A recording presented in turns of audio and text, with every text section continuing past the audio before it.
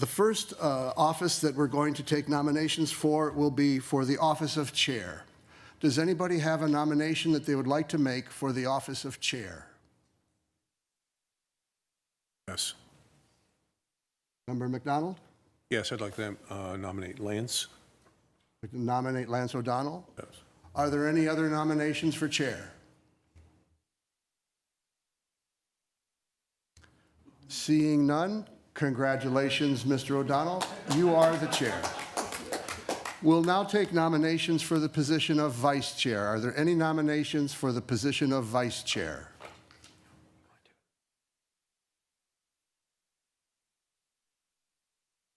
I'll nominate Jackie Thomas for vice chair. Jackie Thomas for vice chair. Are there any other nominations for vice chair?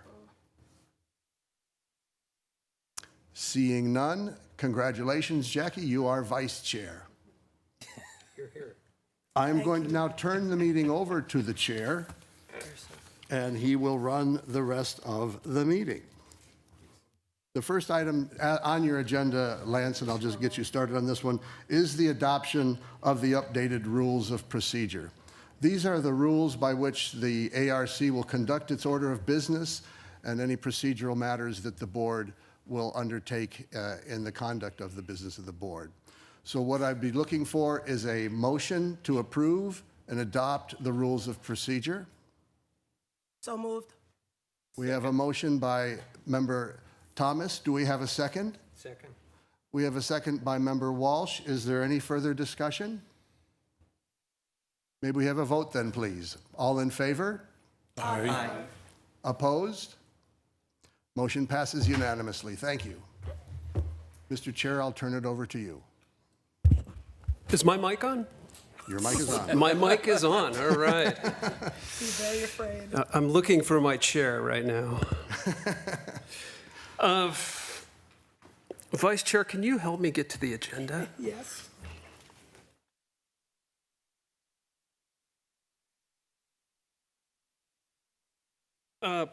Please.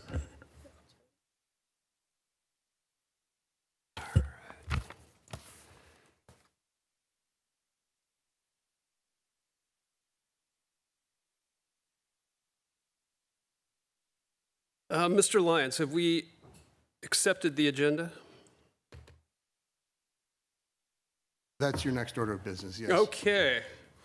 Acceptance of the agenda. The Architectural Review Committee will discuss the order of the agenda and may amend the order. Note abstentions and requests for consent calendar items may be removed from the consent calendar for discussion. So, acceptance of the agenda. Mr. Chair, there will be one item on tonight's agenda that will be continued to a date certain of our next meeting. That is item number B. Oh, I'm sorry, 3A. So 3A will be continued to a date certain. The applicant was unable to attend. So item 3A will be continued? Yes. Okay. All other items will be heard tonight. Okay. Do we need a motion? Motion to approve the agenda, yes. Okay. So moved. All right. Second it. We have a motion and a second. Any opposed? I think we're good. No opposed. Is it okay to go that way? Yeah. When you do get the first and the second, if you could say first by the person, second by the person, then I can make sure I've got the names down correctly. Okay. Thank you. So moved by Jackie. And seconded by Castro. Castro.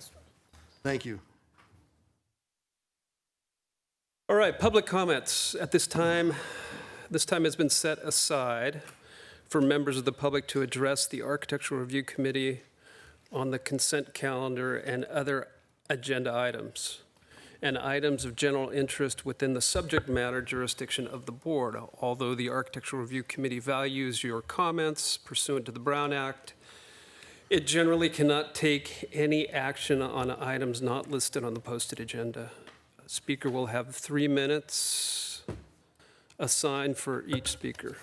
And So- Mr. Chair, we, as a matter of courtesy, have often, since none of these items are public hearings, technically, people who want to speak on the agenda items would speak now. With your consent, or if you so wished, we often will let the applicants or other members speak during the item when it's heard. That's your call to make. Okay.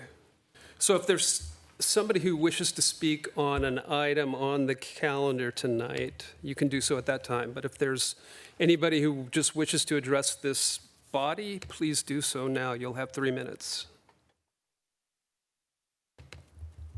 Seeing none, are there any online? There are no members online.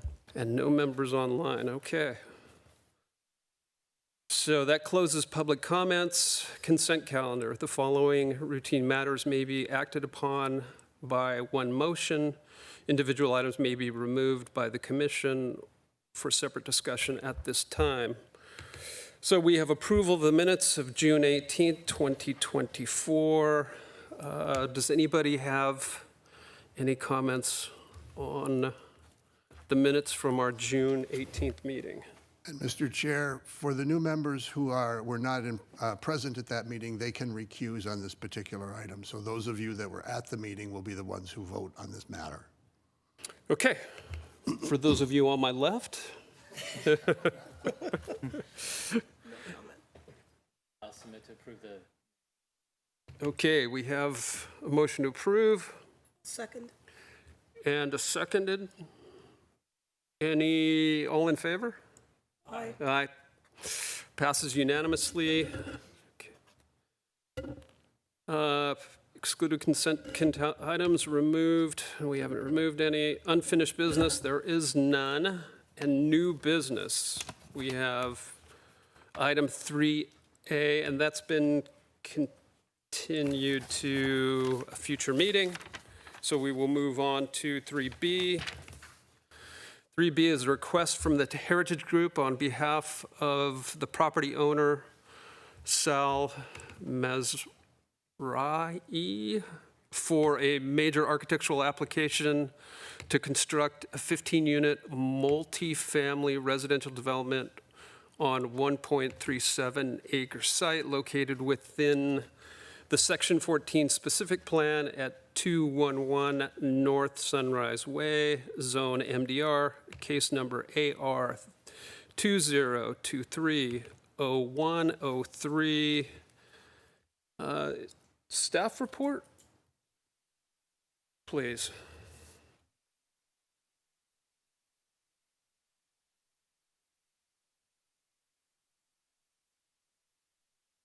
Change. Yeah, let's use this one.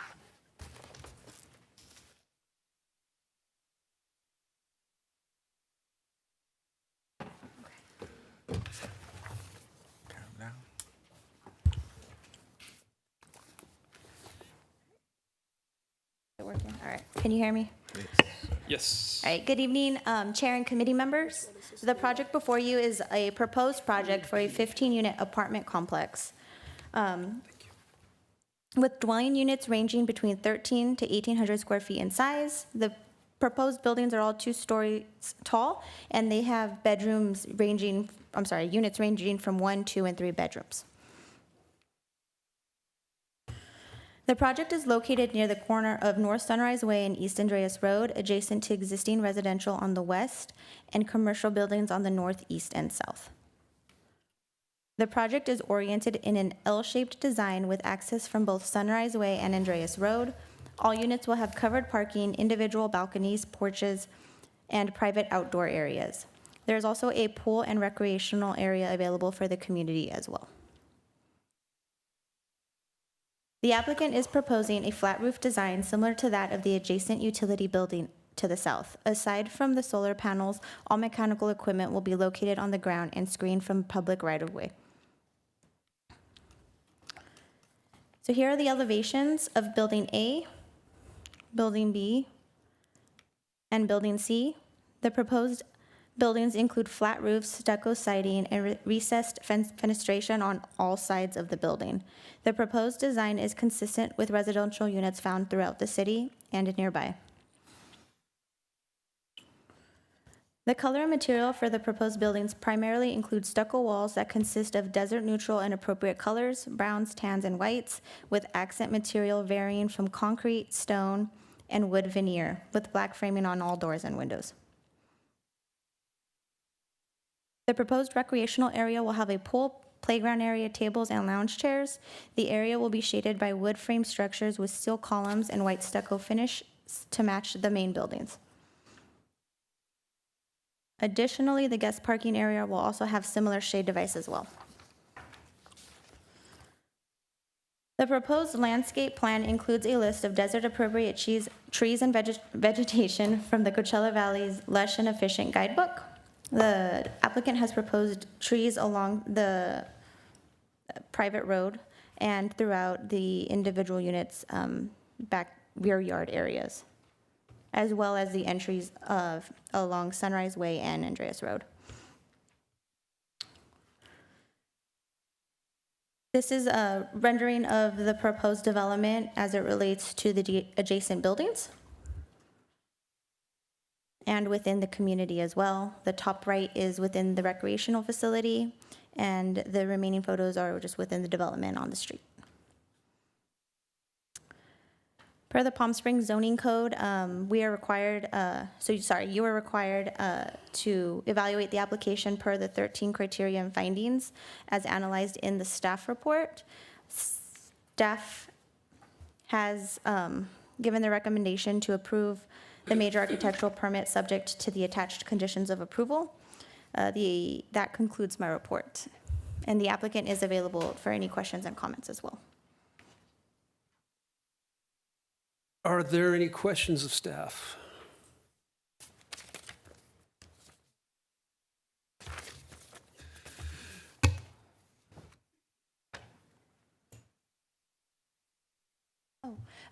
I also have, the applicant has provided a material and color board I can pass out. Would you like to see that? Okay. Thank you, Ken. Alex, may I ask a couple questions Yes. of staff here? Yeah, from the kickoff, I'm not clear. Is this a condominium development or is it a rental? Apartment rental. Okay, and so is it a subdivision of each of these units or not? No. Okay. How does the traffic work? Like how they enter and how they exit? Yes. So there's entry and exit for both, I guess, entries and exits. On Sunrise, I believe they're only allowed to exit making a right-hand turn. I'm sorry, say that again, please. Sorry, one second. Let me pull that up first.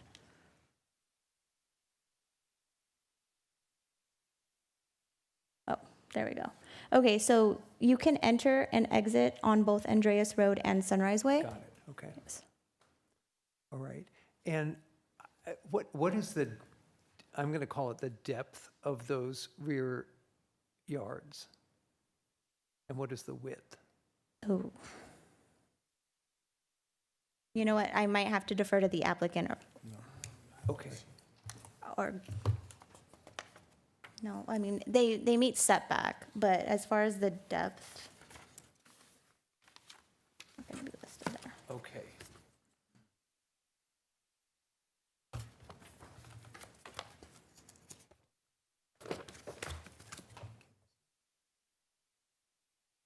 Mr. Walsh, Yeah.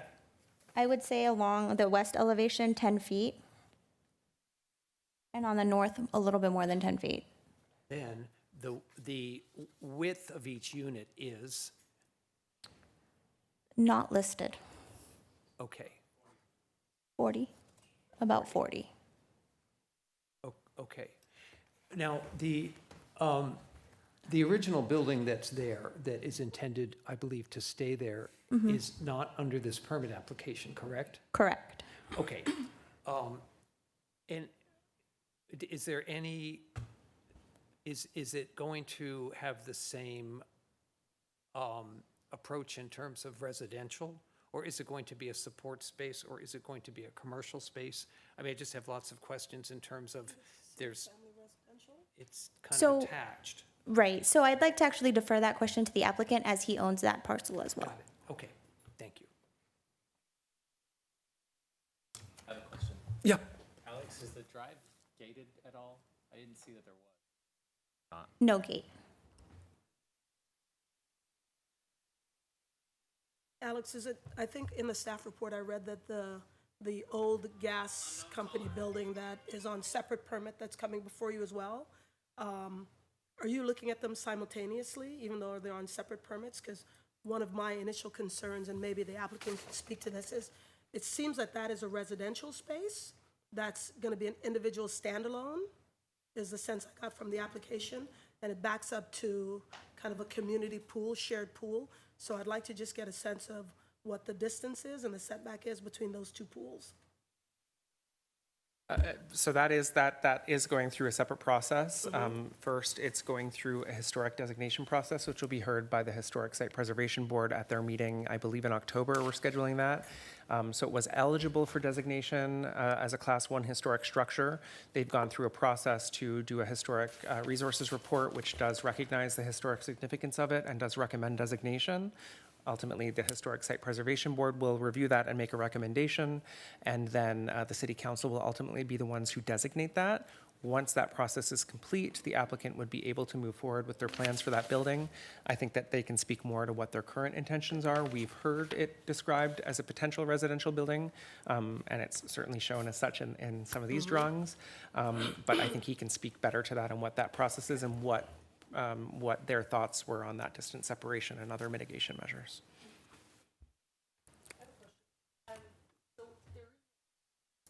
Hold out for a playground. I'm not sure if this is a question I direct to you or to the owners. Shade structure there. It doesn't seem to be shaded at the moment. The playground area. It's got like half of a shading on the right side, right? Correct. I think the applicant can elaborate on that a little bit further during their questions. Any other questions of staff? Alex, can you take us just briefly through the approval process for this project? There's a public hearing with us right now. Where will it go after this body reviews it and So has a motion? initially it went through to Planning Commission to get approved for the development permit. After is, of course, right now ARC, and after ARC, it would go through the permitting process through the Building and Safety Department. And perhaps just to elaborate on that, especially for our new members, so the Planning Commission's purview and process is really looking, as Alex said, at the development permit process, which happens in tandem with the major architectural process that you all are reviewing. The Planning Commission is tasked, and their findings are focused on the site plan and the circulation. So when we're talking about setbacks, separation, the circulation, the traffic flow, all of that is within the purview of the Planning Commission. And so that's what they have already approved.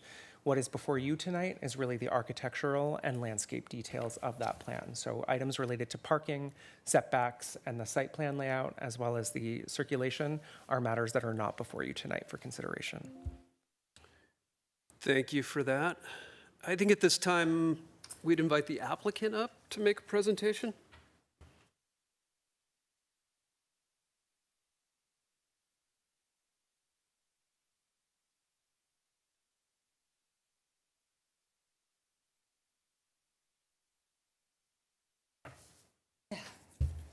Got here. Good afternoon. My name is Vicky Barbieri. I'm the principal architect in the Heritage Group architectural firm. And I have with me, if he's with me, our project manager for specifically this project. Hi, I'm Manuel Escalante Rascon. And we will be able, hopefully, to answer any of your questions. I have questions. Yes. Hi. Hi. Thank you.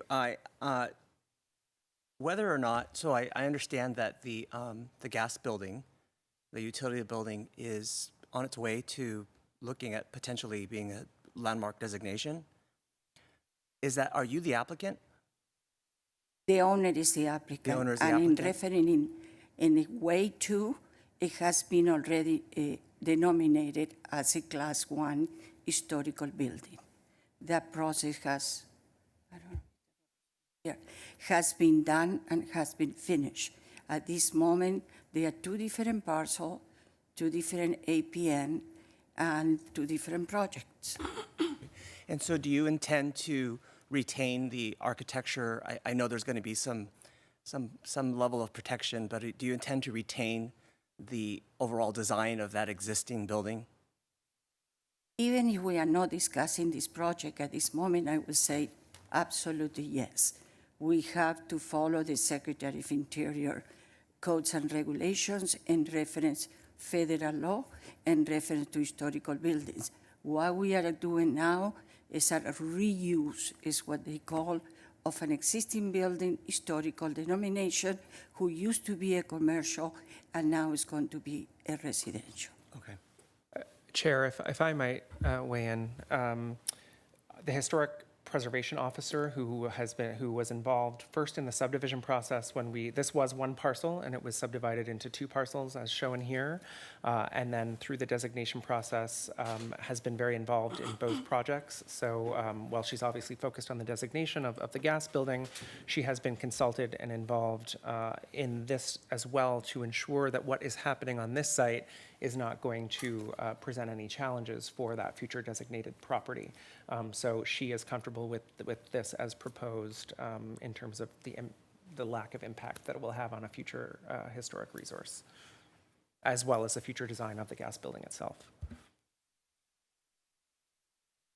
So this is just an aesthetics thing. I noticed thank that there is an extended stay right around the corner from this proposed complex is going to go, and this palette is very similar to your palette number 2. So I would just suggest to rethink that, unless you want to be it's very close to the extended stay, so it might be mistaken for that hotel.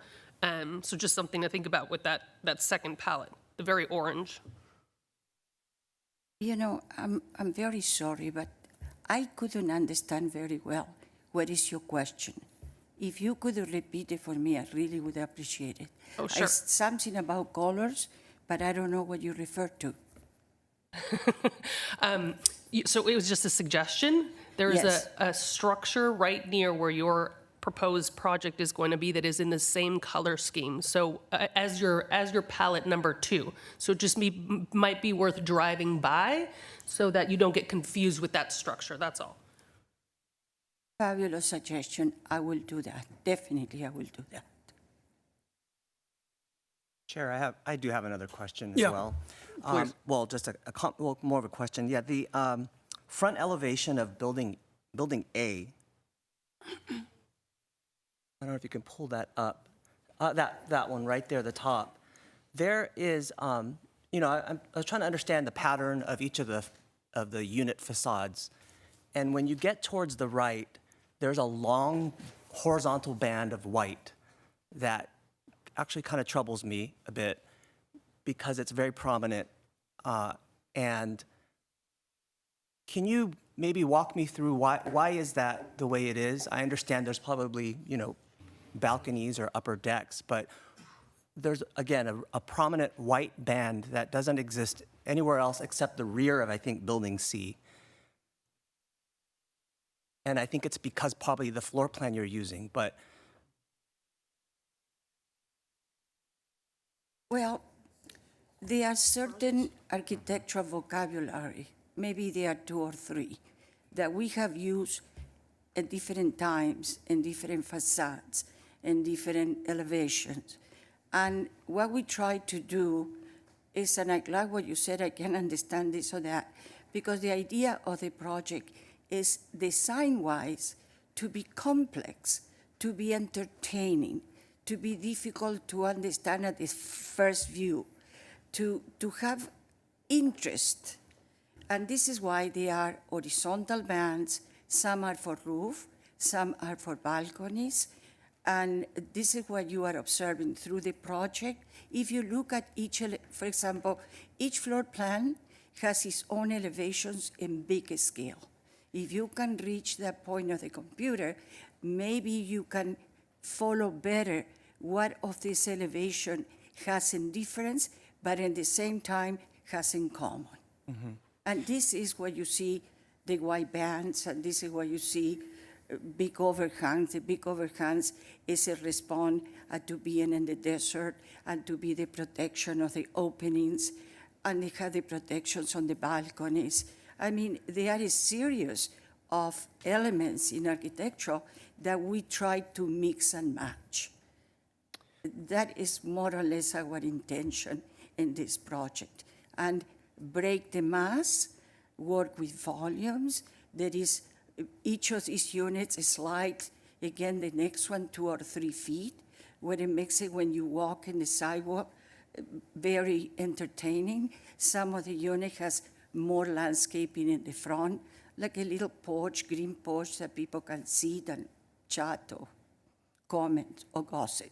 And then there is a nice backyard in each of these units. Somebody was asking about the setback. Well, we know that we have 10-foot minimum setbacks in the first floor and 24 in the second. What we did is we played with each of these units, then each unit has maybe a different setback. They can be 14 feet, they can be 12, or they can be 10, all depending what situation are they located in reference to the sidewalk. I mean, it's kind of play chess, back and forth, and create this private landscaping in the back, and create the interest when you are walking on the street. I mean, the urban part of the project was very important for us. This is why the landscaping, this is why this kind of porches, where I said people can sit down and talk and read or gossip, wherever they do. I mean, each of these units is more a feeling of a house than a feeling of a uniform apartment building. That was our concept. Thank you. And I think I'm beginning to see, so those two units where that continuous white band is because you've repeated, what appears to me is you've repeated that same facade on that next unit. And that's where I see the repeat. Is there a break in that white band? Is there any kind of reveal or a difference in its projection to differentiate between the two units? Which is which? Because it is a repeat. Whereas in other places throughout the line of townhouses, they differ. Rendering through here. I really understand, but I cannot really visualize it exactly unless we have a rendering from Okay, there. an elevation will tell An you. elevation look like continuous, but because one unit is 2 or 3 feet slide to the other one, it look like one, but in reality, if you would see it from the side, you will see that it's not totally continuous, that one will finish against the side of the other one. I don't know if... I mean, from an elevation standpoint, I see Yeah. two of the same. There's something on the side? Correct, yeah. Just there's two units where it's really a repeat of the same next to each other. And so that's why I think there's a continuous white band there. And I just wanted it clarified. Okay. Do I still have to answer something? I got lost.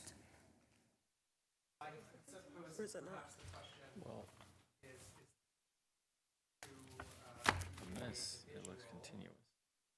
We can slide one to the other one, it's not. Yeah, I mean, it appears it could have been an intentional, that these two units are alike and the same versus differentiating it and having another type of facade, one of the other designs,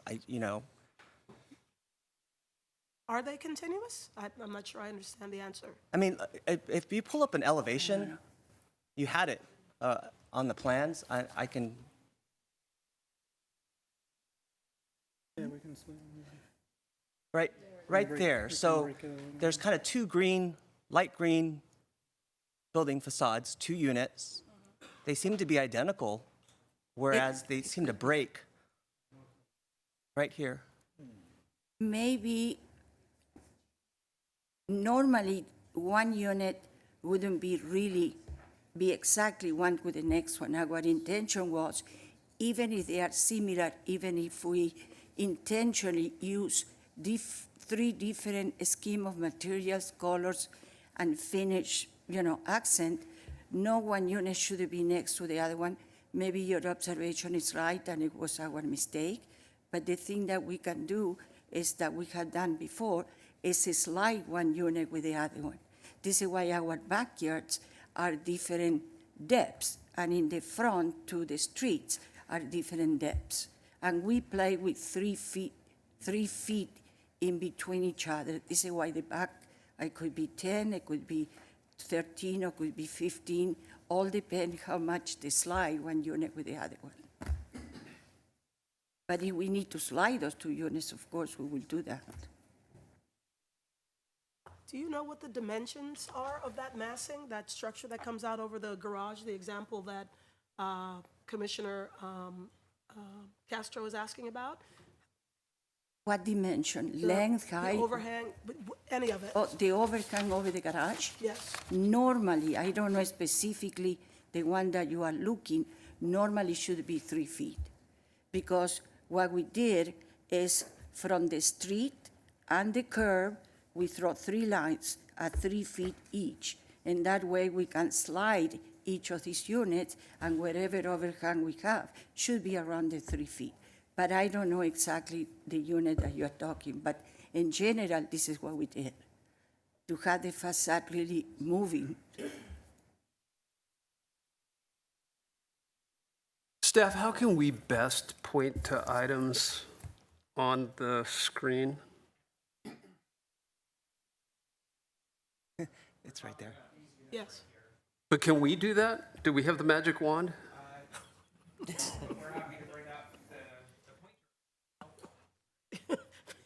I'm not sure I want you to have a pointer. Yeah, that's fun. Sure. Yeah. I think it would be helpful. Well, I don't know if the other committee members can see this, but I see 2 identical Yeah. facades. Absolutely. And oh, okay, the top button. That's because they are. I have a couple questions. Oh, it's not. Hold tight. I don't know what they're doing.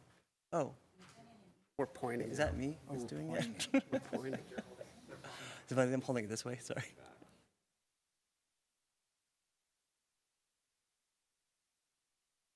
And hit the top button. Oh, right. Nice. These 2 right here. Nice. Oh gosh, this is weird. This is weird. Okay. Yeah, these 2 are the same, whereas I think what you're doing is you're at least skipping this facade, and then you have that same green one there, and then you go back to that tan facade, and then you have something else. So there's variation, and I just find that these 2, I didn't know if there was an intention to have these 2 together.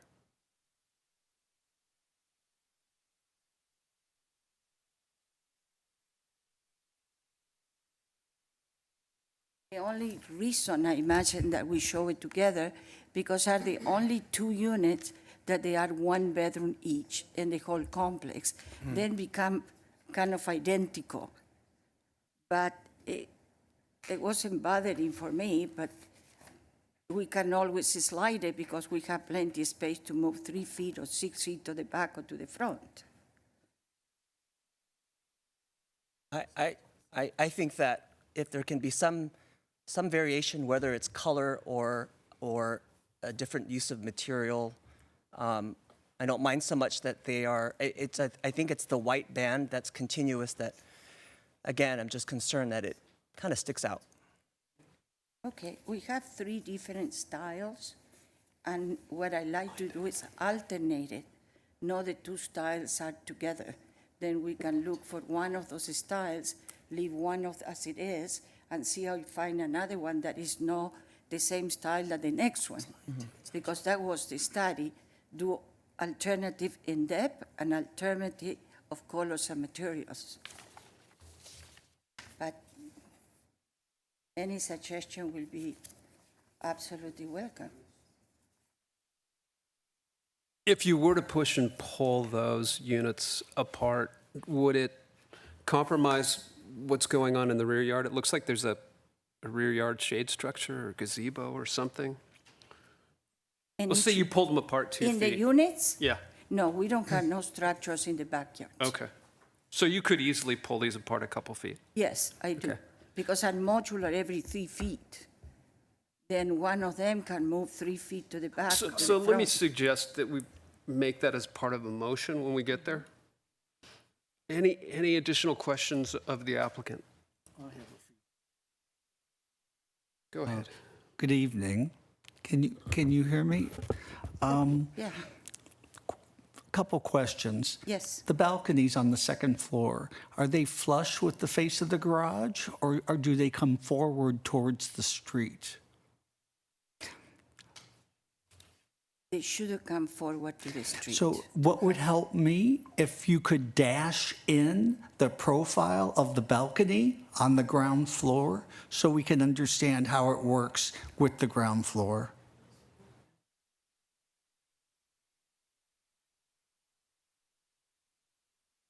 You know,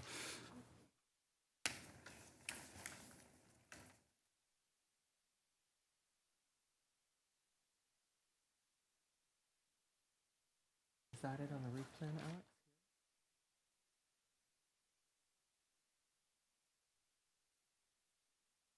If you look at sheet A102, it's a sheet that is a site plan where we show the projection of the second floor over the first floor.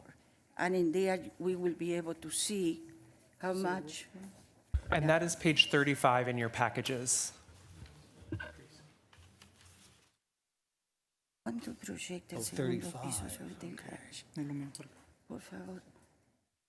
I'm sorry that we don't have the answer.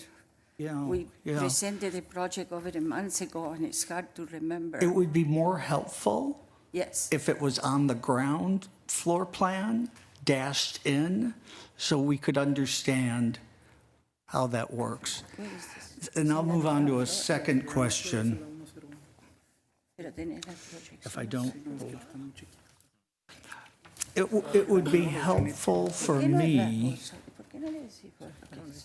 We also have a set of unit floor plans that are for each specific unit, and all the dashed of the overhangs are in there more detail, because I think the scale doesn't work very well. I don't for think this. we have that Oh, drawing. you don't have Draw this. What sheet is Do that? we? I'm looking right now, I don't see it. This one? Okay. A101. A101 is the site plan, but we also have a set of the units, but yeah, they're not here. Maybe you need to enlarge it, because these plans are small for the scale. If you enlarge it, double those So garages. one would assume Solo they're puedes hacer coplanar. eso, decime cuánto hay. Okay, well, thank you. I'll move on. Yes, I think it would be helpful for you to draw the gas company building on the south face of the gas company and the west face, because it's behind your project. And I would like to see how that project relates to the gas company building. well, I must say that I don't really understand what would be the relationship in between an historical building to a new design building. Well, if you do me the favor of drawing that, then I can move on to the next item. On your sections, I'm looking at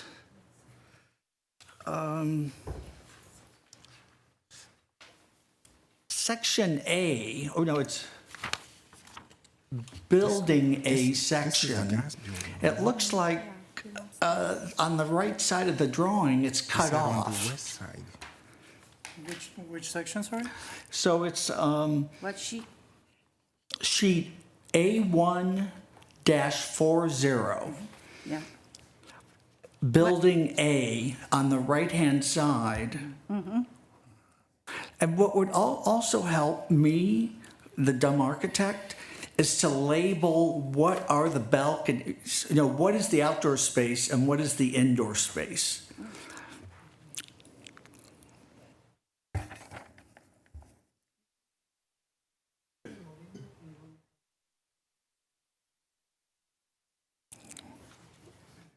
And just to clarify what my fellow board member, I think what at least I'll say it, the balcony that we were discussing is very heavy and it needs some articulation.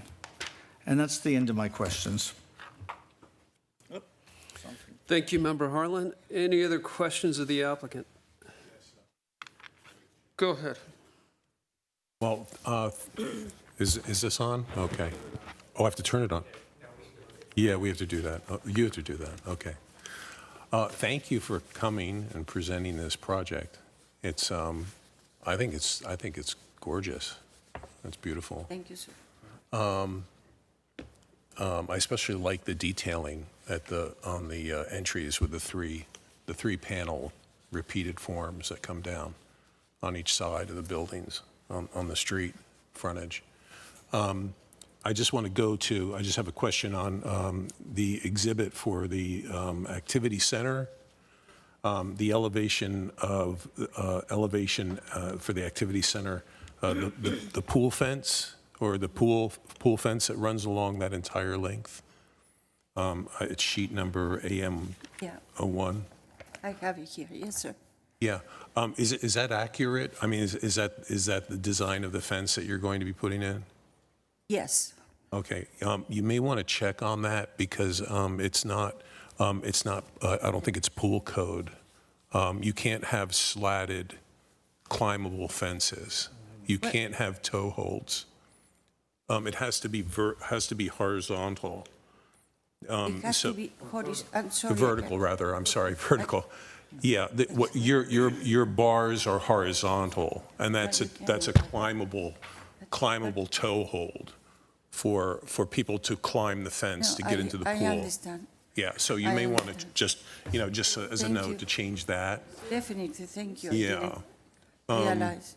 I always thought they were all vertical, but maybe they put something in between just to support the vertical. Yeah, you won't be able to get a pool permit with this fence. So, they'll have to be horizontal and to code before they'll give you a Yeah, the one that I have seen that they are only vertical, they are very expensive because then with really heavy steel to have a plate in the bottom and that has to be sink in the concrete to support that. I have a part close to my house that is like this, but it's government. Pool fence is very, very inexpensive, actually. Excuse me? The pool fence is very inexpensive, code pool fence. So, but this fence is shown as not code.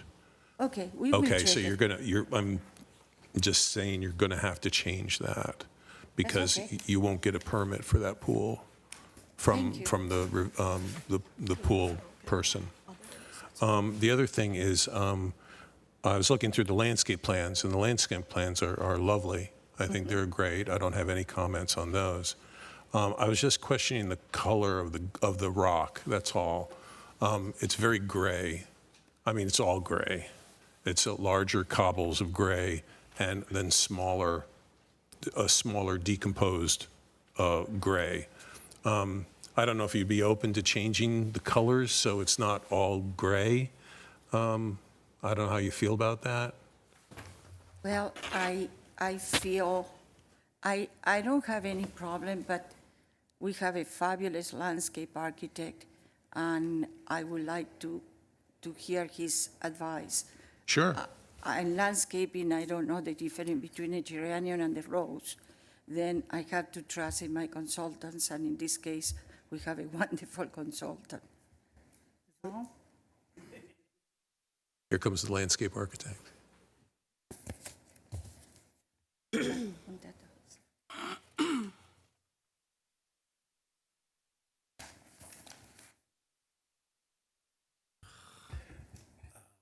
Good evening, members of the committee. My name is Tom Dosey, landscape architect, TKD Associates, Rancho Mirage, California. The question, our original selection was based on a contemporary kind of contrasting look, but we'd certainly be open to adjusting those colors of the rock.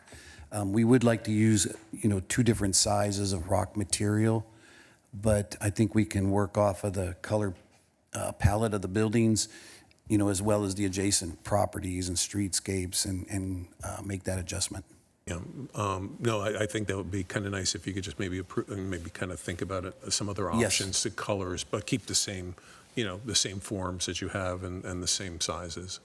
Very good. But Thank you. other than that, I don't have any other questions. Any other questions for Mr. Dosey? I have one more question. I'm looking at, let's see, what sheet am I on? The axonometric drawing. It doesn't seem to match the elevations. I don't see that heavy horizontal line on your axon, which is sheet A1.04. I prefer the axonometric version. Unless if I'm reading something. I think I see it on Maybe it's this building. the kind of right next to the corner, but on the left side. You see this white continuous line. Do you- Yeah, no, we see it. It's bad. Yeah, and one question I had too was whether between units, is there a differentiation in the plane? Is it one continuous line or is there a break and a reveal that might create a shadow or something? Where? Because that's, again, it doesn't appear based on a site plan that I see that it looks like it's just one continuous, no break in that wall plane. In the band? Yeah, let me try to get a hold of this for the committee. So right now, we've got questions of the applicant. We will go into discussion here in a moment amongst ourselves. But let's keep it to questions of the applicant. And it's not that it's not a question, it's just that I think this is going to become a sticking issue for us, and we'll probably have some recommendations. So can we keep that axonometric up, and can I get the magic pointer, please? And I'm going to blow way over the scale of this thing, but, oops. How do I go back? It's the top one, thank you. Okay, I've got some questions on the solar control of every one of the flat planes that have the big window. So right there where the pointer is pointing, there is a large plane, and there's a window in that large plane, and it doesn't appear to have any solar control. So I'm wondering, are there any thoughts about how to shade that one facing east or any of these over here facing south? And something similar happens on the backside on the west.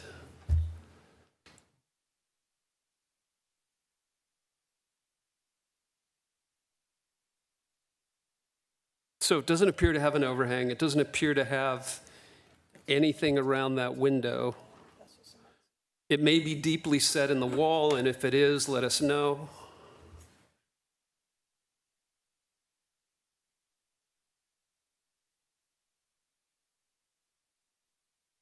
Sorry, I'm sorry, I get lost in between. Is that a question?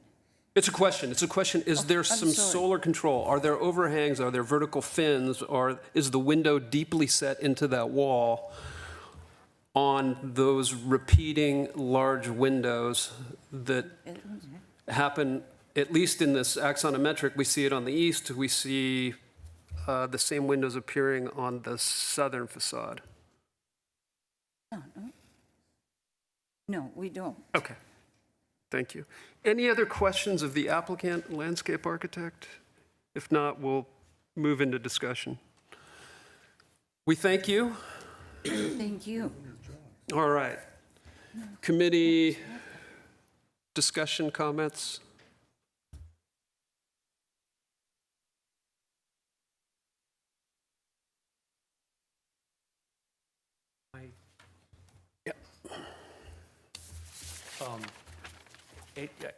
To a certain extent, I feel I need to speak in defense of repeated form. When I look at any kind of a multiple unit housing presentation like this, what you realize is that the beauty of mass housing is that if you make one really perfect kitchen, you've got 14 or whatever it is. And a lot of times I think to simply accept the fact that there is repeated function, repeated orientation, and just respond to it is not necessarily a bad path. And when I look at these elevations, particularly on the specific unit pages, there's one for every unit, I guess.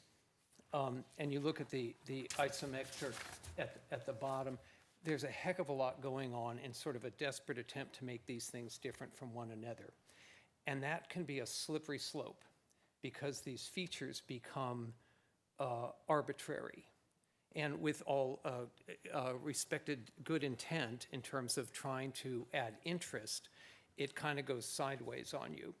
And I don't know, you know, I think the first run I would take at this thing would be just that. How simple could it be?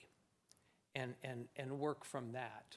So I don't think that the aesthetic salvation and the better day for this project is necessarily kind of moving,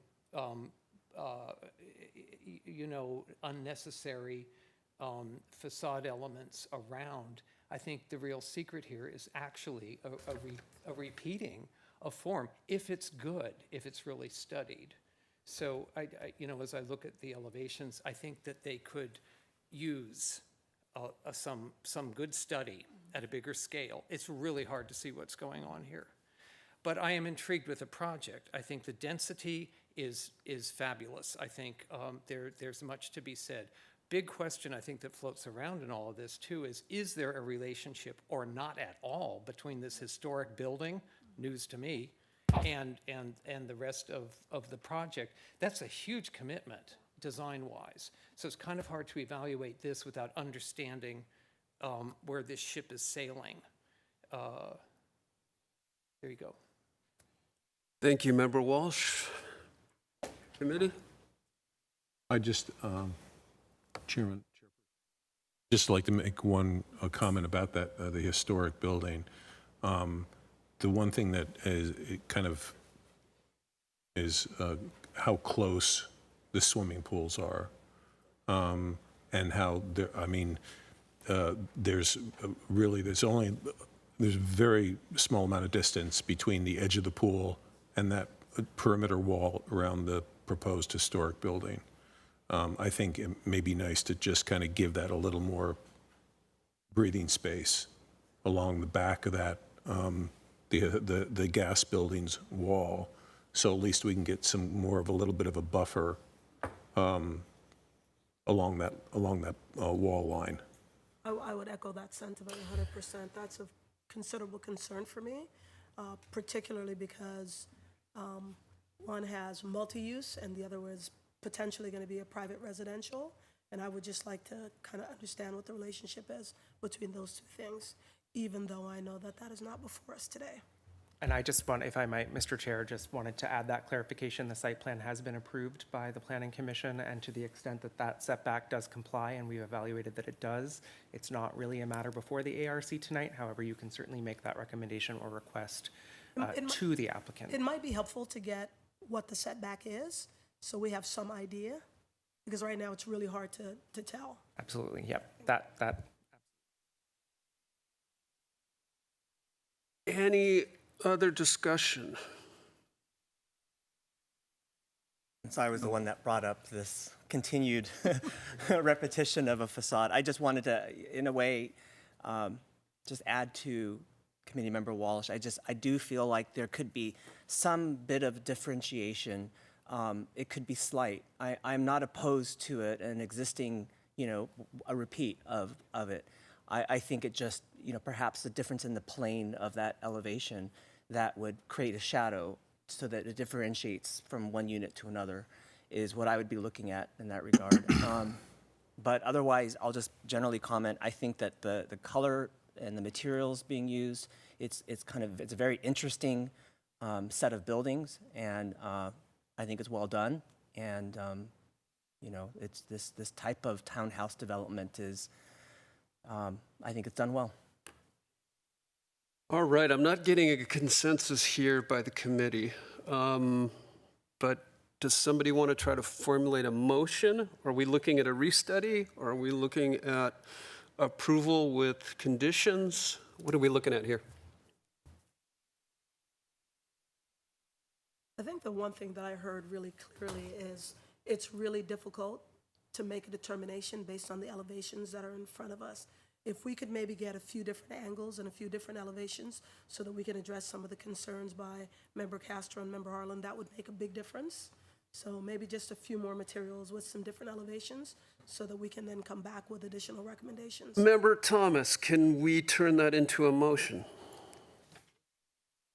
Yes. Sounds like a restudy. Yeah, I think I would like to propose that we get a look at the proposed project from a variety of different elevations so we can address the massing and potentially the depth of some of those overhangs and the space between some of the buildings.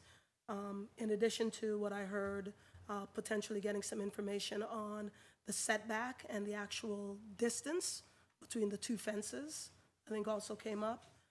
Member Harlan also had a recommendation. Jim, what were you specifically asking for? I think we need more information on the existing gas company building. Whether in floor plan. Let's let the That's beyond the motion maker scope. finish the motion, and then if somebody wants to make a second and add to it, and we'll have discussion after the motion and the second. Vantage point missing? I'm sorry. Anything else from your vantage point No. added to the motion? Solar control. And solar control. Particularly on the east and the southern units. All right, we have a motion. Is there a second? I'll second it. All right, we have a motion and a second. Any further discussion on this? Anything that somebody would like the motion maker to consider?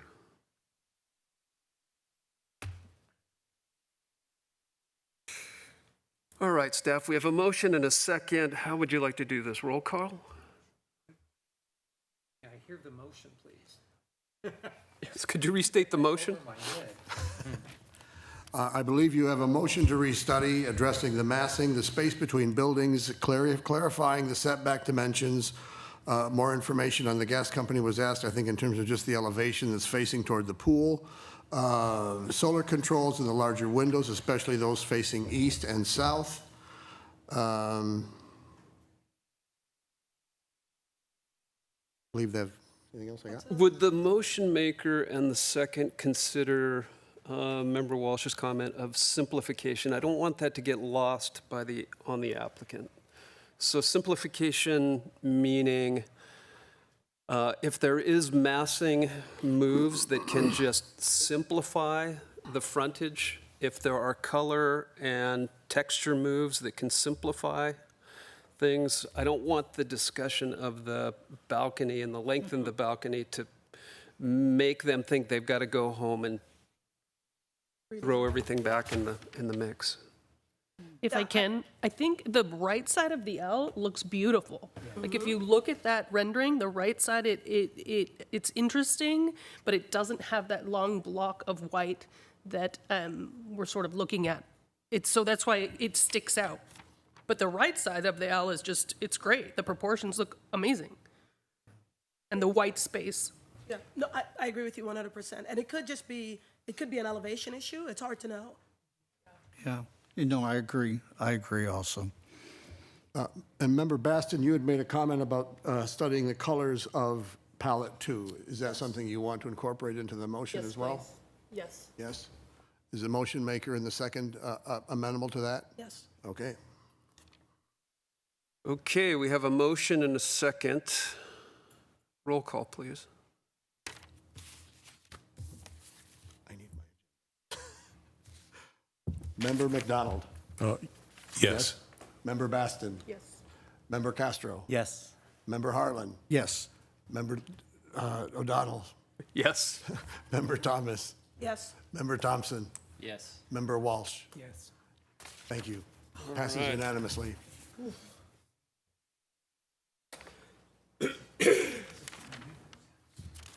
Okay, we're moving on to item 3C.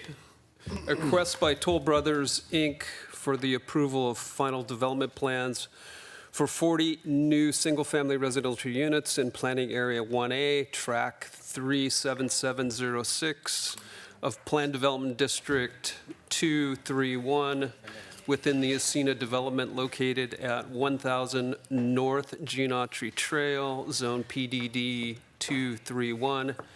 Case number PD 0001-2023/5.0666-PD231.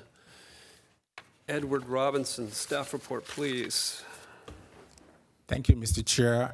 It appears you never left at all, so you were chair sometime way back, and welcome back. Thank you. And to all the new members of the ARC, you are welcome on board. So while we wait, we're having a little technical difficulty, so I'm just going to wait a second for my item to be loaded. Here we go. So the item before you is different than the one you saw earlier. This is a planned development district in a gated community known as the Asina development. So what you have before you tonight are final development plans.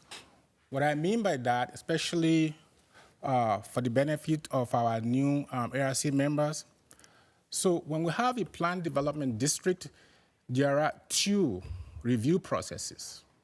One is the preliminary review process, and the other is the final review process. So in preliminary, that goes to the Planning Commission and the City Council. But way back in 2003, when Asina was approved, it actually went first to the ARC. Back then, it was known as the Architectural Advisory Committee, and I think Mr. O'Donnell will remember that. Then it went to the Planning Commission. The Planning Commission would then make a recommendation of approval to the City Council. So the item that is before you tonight was actually approved way back in 2003, especially relative to the design guideline. And that was precisely the reason why I included a copy of the design guidelines in your package. Chairman, do you still have the... We do. We have the magic pointer. Thank you. Somewhere. Oh, that already is. So, but in particular, in this case, thank you. The 40 units you have before you tonight was actually, the final plan was actually submitted to us in October of 2023. But the development plan itself was approved by City Council in 2003. So, because of the review process, because of the comments and concerns that the Planning Commission had earlier on expressed, a subcommittee to review the 40 homes was created. And members of that subcommittee included 2 members of the ARC and 2 members of the Planning Commission. The members were Mr. Robert Rotman from the Planning Commission, Ms. Laurie Alain, also from the Planning Commission, Chair Lance O'Donnell from ARC, and member Stephen Paling. Those formed the subcommittee that reviewed the project. Comments and recommendations were made to the applicant and staff, and so they went back and revised the plans.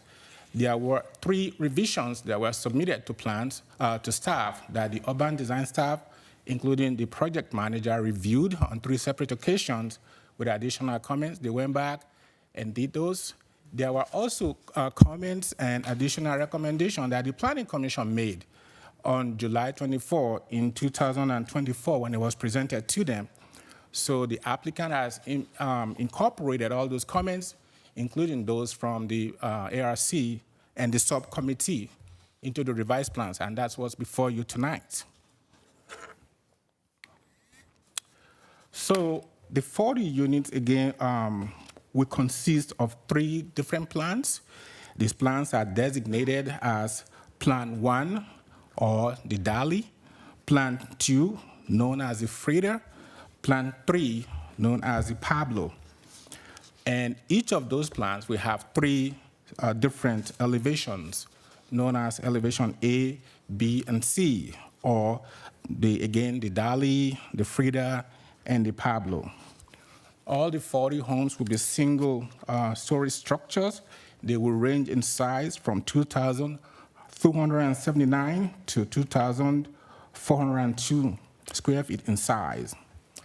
Now, if you look at the design guideline, the ESINA design guideline that are included in your package, you notice that there are specific and very unique architectural styles. And they are the modern series, consisting of the international, mid-century, and contemporary. So again, I've talked about the subcommittee that the Planning Commission formed to go to work with the applicant to produce what's before you tonight. And again, when the subcommittee met with the applicant on March 24, additional comments were provided. And again, the applicant has incorporated those comments into the design plan, into the design that's before you tonight. One thing I want to stress to the ARC is that, like the previous project that was before you, what is only the scope of review tonight is the architectural design and the landscape only. The development standards consisting of the site plan, the lot coverage, the setbacks, the height, and the massing, all those have been reviewed by the Planning Commission because that's before them. In addition to that, though, because this is a subject that is evaluated against design guideline, they also looked into the architecture. And that was why that subcommittee, consisting of members of ARC and the Planning Commission, worked with the applicant to produce what is before you tonight. So now I'm going to go through the slides. If you are familiar with the ESINA development, you'll notice that it is approved for over 1,240 residential units. This is just a component of the overall ESINA itself. Again, this is the site plan, the setbacks, and the lot coverages, lot sizes, all of those were determined way back in 2003 by the City Council. So I'm having two plans before you tonight. That was what the ARCs and the Planning Commission subcommittee and the Planning Commission itself saw way back in January, and this is a revised site plan. Now, the elevations. So when this item went back to the Planning Commission on July 24th, and after meeting with the ARC and Planning Commission subcommittee, they decided to eliminate one of the elevations just because, according to them, they just couldn't meet all the elements. They couldn't factor or incorporate all the elements into the elevation. So they eliminated one of the elevations, the mid-century. But when it went back to the Planning Commission on July 24, the Planning Commission directed the applicant to reintroduce that elevation into the mix. And so here is it right here, and here is the new mix. So on the bottom of this slide, the items, the units on the bottom are the previous renderings, and the top row indicates the revised elevations after the meeting with the subcommittee and Planning Commission. These are the three variations of Plan 1, the Dali. And these are the all the elevations, the side, the rear, and the front. So all of these are contained in your package. The only thing you do not have in your package are the previous plans, and the ones to the left are the new ones. One of the recurring comments made both during the subcommittee and the Planning Commission meeting was about the provision of solar and four-sided treatment of the units. In staff's review, we believe that the applicant has met those requirements.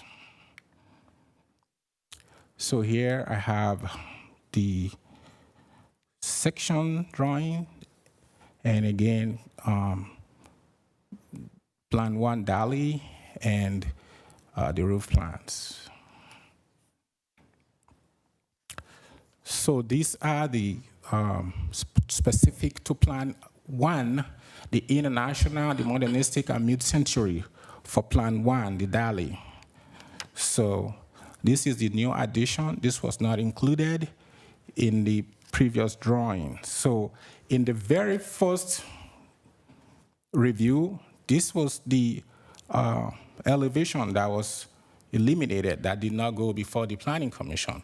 The Planning Commission, however, recommended through a condition that that be added, and here is the new addition per PC requirement. These are just the revised elevations. These are the previous elevations, and these are the renderings of the revised DALI elevations. Again, these are further additions. These are the previous ones, and these are the revised elevations. So Plan 2, known as FRIDA, also have 3 different floor plans. Here I have just 2 of the previous plans. And next, I have the section drawings, the previous design, and the new design. All of these are contained in your package. Hopefully you are able to open them. And here I have, again, in case you want to compare what was reviewed prior and the current revised plans. So because the applicant has also requested that they do have a presentation for you, I'm going to keep mine brief because they are all like this, except if there is any particular one that you want me to go over again. I'm going to keep it brief. I don't want to bore you with all of these, but I just want to mention that per the Planning Commission's directions to improve the variations, in particular on the sides of the buildings, we determined, and consistent with the Encina development, that they do meet the findings. Here I have the digital copies of the material, the colors, and then landscape. The landscape architect, Mr. Tom Dozy, it's in the audience. He's going to be speaking to the changes. So one thing that the Planning Commission had asked, and by the way, this is a revision to the revision of what was previously submitted. This is known as Lot D. When it first came before the Planning Commission, it was just going to be a landscaped area, but the Planning Commission did impose a condition requiring that that lot be converted or be designed for a dog park to have a water fountain and seating areas. Also, they asked for a buffer to ask for an improved perimeter landscaping, and also asked for an addition to the tree selections. Those have been met. Mr. Dozy will be speaking to those shortly. These are just different views or different plans, enlarged plans of the overall site plan. And these are the typical front yard plans.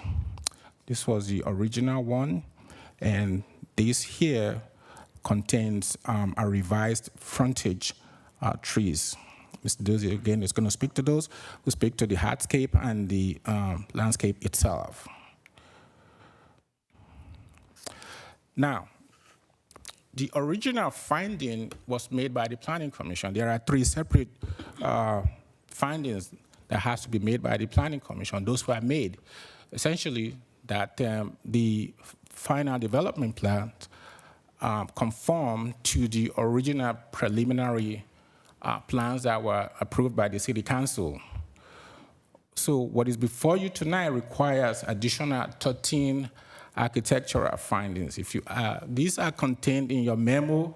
If you want, I can go over them one by one. However, it is determined that they did meet all those findings. But if there are any ones that in your deliberation feels that additional improvements to make it more successful are required, staff will be recommending that you add those to your condition of approval.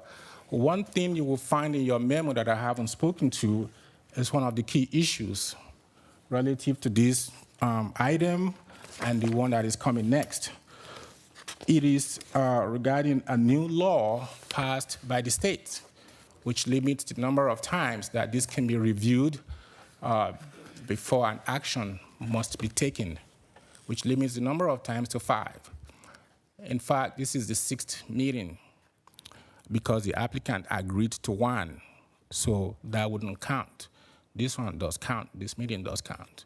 So staff will be recommending that, in our opinion, or in our determination, this final development plans does meet all the required findings, and along with the Planning Commission recommendation, staff is also recommending that the ARC approve this project as submitted. As I mentioned earlier, the applicants are in the audience. I'll be asking our IT department to change the presentation to the presentation submitted by the applicant for a presentation. Thank you. Staff is available to answer your questions, and so is the applicant. Thank you, Mr. Chair. Thank you, Mr. Robertson. Are there any questions of staff? Seeing none, Just one Yep. comment. I'd like to applaud staff for the presentation. I know when we looked at the Dream Hotel last session, we had a lot of issues kind of trying to remember what was presented previously and what has been changed. And this was considerably improved. So, Mr. Robertson and the team, well done. Thank you. Much easier to follow along. You're welcome, ma'am. Yeah, and it's the before and after side-by-sides that Yeah, just make excellent. it so much easier for us. Would the applicant like to make a presentation? Please introduce yourself. Good evening. My name's Rob Burkhart with BSB Design. We collaborate with Toll Brothers across the state and across the nation through multiple offices that we have. Our past project that we've worked with here locally is Cody Place. I don't know if you're familiar with that one, but that came out pretty well and sold off pretty quickly.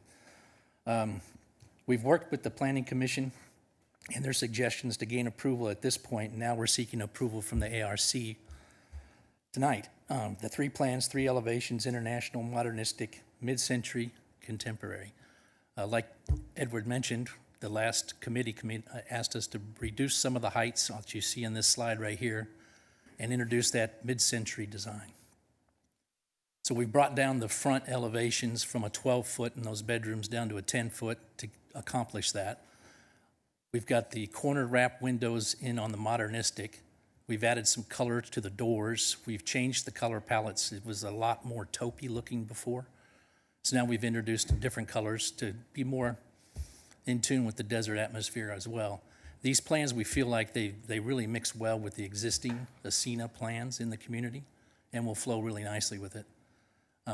If you'd like, we can go through each one of the floor plans or not, but I've got a condensed conversion right here on the screen. So here's plan 1, if you have any questions on that. What's the height of the garage doors? That'll be 7 foot, or 8 foot, I'm sorry, 8 foot garage doors. Thank you. And each one of the garage doors, those are all glass garage doors on the modernistic and the international. I mean, not the modernistic, but the mid-century and the international. Then we got the side glass on the modernistic. Got different garage doors.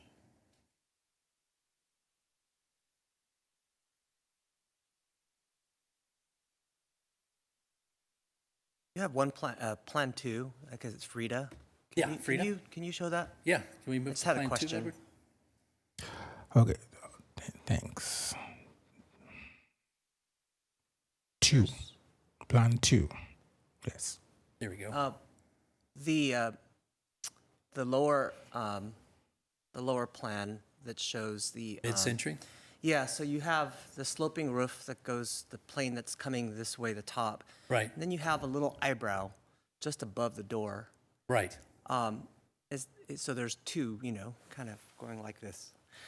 I'm sure that's a roof element, right? That is a roof continued element. behind it. Correct. Okay. Correct.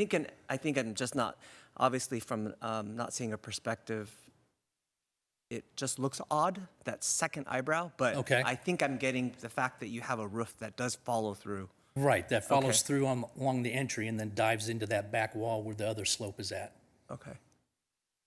And that eyebrow trim, does that project out? The eyebrow does? trim Okay. protects out 18 Okay. inches. Okay. And then the windows wrap the corner.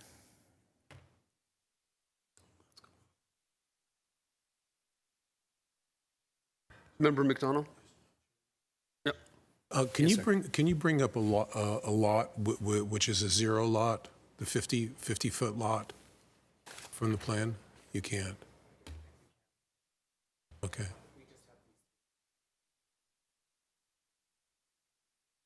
So, but we're being asked to review, and yeah, I was just curious on the 0 lot line homes that I think I can't bring it up fast enough on the screen. That special buffer zone along the edge of the adjacent home. Mm-hmm. Can you describe what that is? I'm not familiar with it, to tell you the truth. If I may speak to Let's that. get David up here. So there is no 0 lot lines I thought these had as part of these. setbacks on it. There were Okay, because 5 in foot the on each package, side. it shows some 0 lot line homes.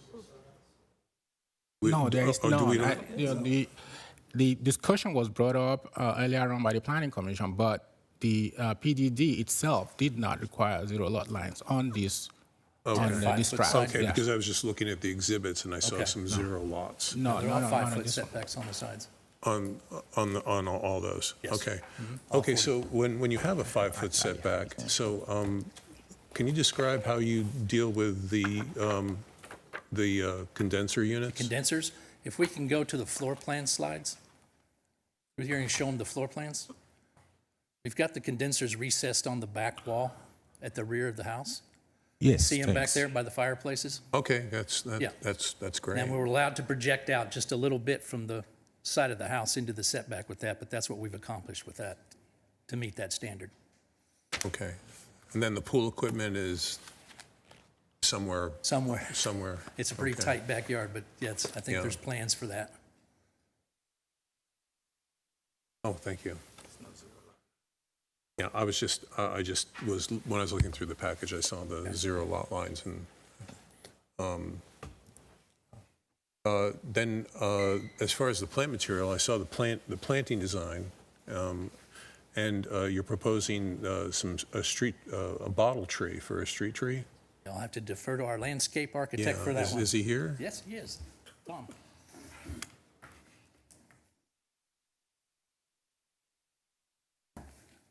Good evening, committee again. Tom Dosey, TKD Landscape Architects. So within the submittal package you have, there's actually 2 distinct packages of drawings. One of them is the perimeter landscape plans and details, and then the second package are what we call the typical unit plans. And So the perimeter landscaping, I could go through that, and I think Edward mentioned the dog park, and we met all the requirements. Both sets of plans have been reviewed by the HOA. We've incorporated their comments, and they have approved all the materials. We did make some additional material recommendations based on the Planning Commission comments. They wanted to see more varieties in the street trees. So initially, we started with 3 types of trees, and now we have 5 different varieties. We did want to keep some continuity, so we didn't want to come up with 7 or 10, but that we actually kind of develop a street tree theme and pattern, you know, with color and flowering. In terms of bottle trees, we do not have any bottle trees on the. So those exhibits that are in the plan, where Mr. Chair, there's a plant list that says bottle Mr. Chair, trees? can I get the attention of our IT department? Hey, Jeff, could we please go back to staff presentation? Thanks. Mr. Robertson, is that an old plan that has the bottle trees? So this is the old plan, and this is the new There's plan? a plan from Forma that has the street tree plans from Forma. Okay. Are those old? Oh, those were probably the original. This is the revised to the revision to the revision. And this is the, I don't have all of this in color, but which one are you looking for, sir? I think maybe they're in the design guidelines that were originally. Yeah, in the design prepared. guidelines, they're in Forma. Yeah. Oh, I'm sorry. Okay. But on the right, you'll see those are our 5 different species of street trees that are within the actual residential development itself. And then there's additional varieties on the common area or perimeter landscape as shown on the left. Okay. I'm sorry, I can't just make those out. What are those 5? For the interior streets? Yeah, the interior street. Yeah. Yes, we have the Palo Verde tree. We have 2 varieties. We have the Pithecolobium, Texas ebony, Acacia neura, and then to get some vertical height, Washingtonia foliifera. That sounds great. Okay. And then I went over the landscape design for the dog park. That looks really good. Yeah, we tried to break it and separate it so we had some lawn area outside for. It's not retention, is it? No, sir. Okay, great. No, I think that And then one of the other requirements from the Planning Commission was that we add ironwood trees along the Ironwood Street. So we've added 7 specimen ironwood trees along that area. No, the landscape plan that I went over for your streetscapes, all in there with the dog park. That looks, I think it looks great. Great, thank you. Thank you, Member McDonald. Mr. Dosi? Yes. It looks like your scope of work is just on the front. Can you tell us what typically happens in here on the side yards and rear yards? Is that on a owner-by-owner basis? Could we go to the typical blow-ups? So you have typicals that you suggest that the homeowners adopt? What typically happens, and I may defer to sales, is that the Toll Brothers housing development will provide the front yard landscaping, and that the residents typically do their own rear yard and side yard landscaping, which would include a small pool or spool, some type of water spa. When you look at this as a professional, do you have any concerns about privacy with the narrow, deep lots? And could they be augmented with some type of landscaping? Along the side yards, you know, we do need to provide some access in there, but I think with the way that the units have been laid out and how they've like flipped some of the units and moved them back and forth, we should be able to develop a good level of privacy within those rear yards. And we talked about a couple different ways to do that, you know, using, you know, proper screening material or even vines on the walls that could maybe get a little bit higher than the 6-foot elevation of the walls. But a lot of the privacy with the units is how the actual floor plans and windows and so forth align. Yeah. Questions of the applicant? And just one quick comment. You know, these are probably some of the smaller lots right here showing, but if you look at the site plan, there's a number of the lots that are quite deep, and there's a good opportunity there to, you know, increase the level of privacy because of the setbacks and the open space. I do have one for the architect. Mr. Robertson, could you go back to one of the elevation sheets?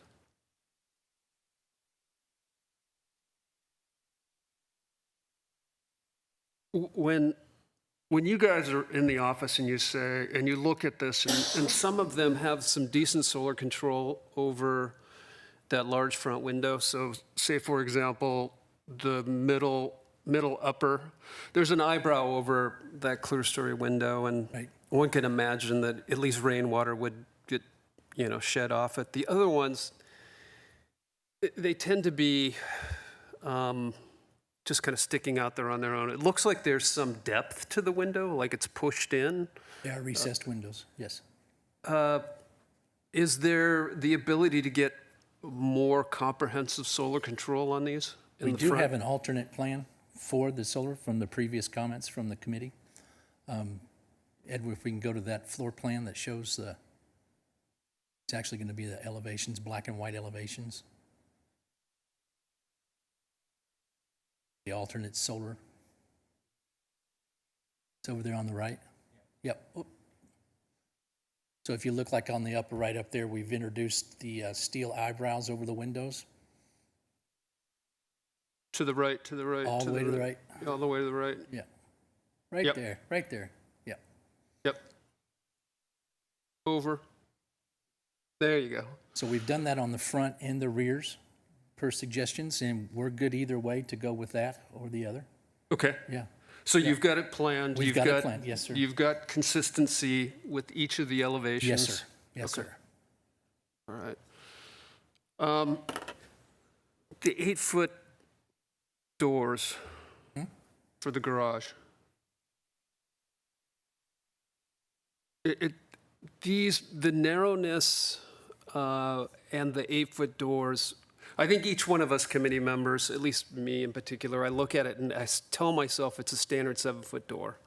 So then when I tell myself that, I see all the other windows in relation to a 7-foot door. Right. But it's 8 feet, so the struggle is just, everything is so vertical. And the verticality of starting with the garage door, the window head heights, everything else then tends to be pushed up. And then what we get is we get these long side elevations that are, because of the way to build these things economically and quickly with trusses, we get a truss space to run all the systems in that then further expands these up. And we get these large canyons down these side yards. And we had those on the previous elevations. We've dropped everything since then. And how much have you dropped it? 2 feet. You've dropped it 2 feet? Well, we commend you for that. They're still On the vertical. fronts, yeah. I'm not going to ask you to lower it more. I'm appreciative that it did get to where it is. And we did add the pop-outs on the sides to bring some of the elements out to give some undulation down through the sides, so it's not just one big plane of windows. Yeah, yeah. Yeah. Okay, thank you. You're welcome. All right, let's open it up to the committee. I'll just start off because I was on the subcommittee with the Planning Commission, and we looked at this thing in depth. And as Mr. Robertson said, in 2003, I think I was on the committee. I probably rode my tricycle in, right? I was just kind of this little kid. And so it's been a long, long push. I want to heed the fact that this is their 6th meeting. It's been over more than 2 decades, though. So hopefully we can push them ahead with an approval with conditions. the struggle that we've had with this is the verticality, the narrow lots and the vertical nature of these, which then makes the side yards true canyons and really hard to create any sense of, I don't know, indoor-outdoor relationships. That's a stretch to even say with those side yards. So while we understand the single lot design, there's no zero lot lines, everybody has defensible space all the way around. The fire department can pull fire hoses and run around the houses. They're working hard to put the condensers into little cubbies around the back.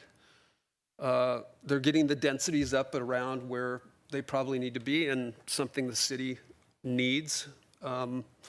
But it was a struggle to try to push these down. So to hear that there's been a 2-foot reduction in height is certainly commendable. I'm looking at this thing and thinking, how can we move approval of this project? But let me just open it up to everybody for comments.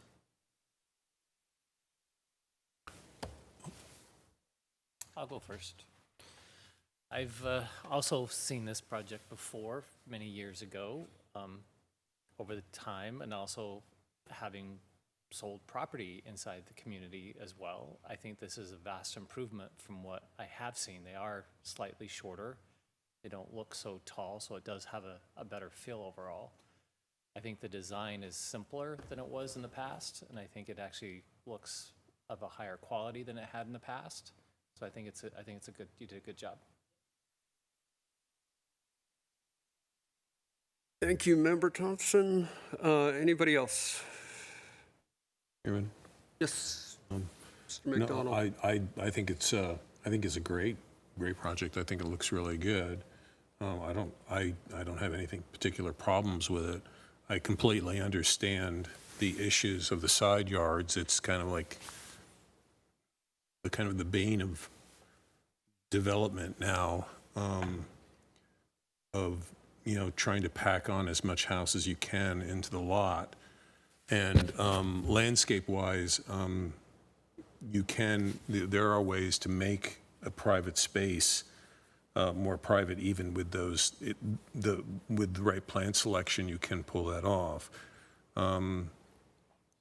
Like we'll say Catino is doing basically the same thing right now, and theirs are very tight like these. So, but I think this is something that would be a great to have and to move forward, actually. Yes, Member Harlan. I think the project is very good. I have a question on the floor plan. What's opposite the condensers? Is that a fire element? Yeah, it's an outdoor. Okay, thank you. Any other comments? Somebody want to formulate a motion? I will. I'll make a motion to approve as submitted. I'm going to second that, but I'm going to add that we use the alternate with the solar control on the front that the applicant showed us. Agree. So we have a motion and a second. Any further discussion? Roll call vote. Yes. Member Baston? Yes. Member Castro? Yes. Member Harlan? Yes. Yes. Thomas? Aye. Thompson? Yes. Member Walsh? Aye. Thank you. Mr. Chair, can I request for a 10-minute break, please, before we move on to the second item? We have a request for a 10-minute break. Does anybody want to second that? Oh, Let's take a 10-minute break. Yes. No. we are going to see more and more of these tight infill. Just keep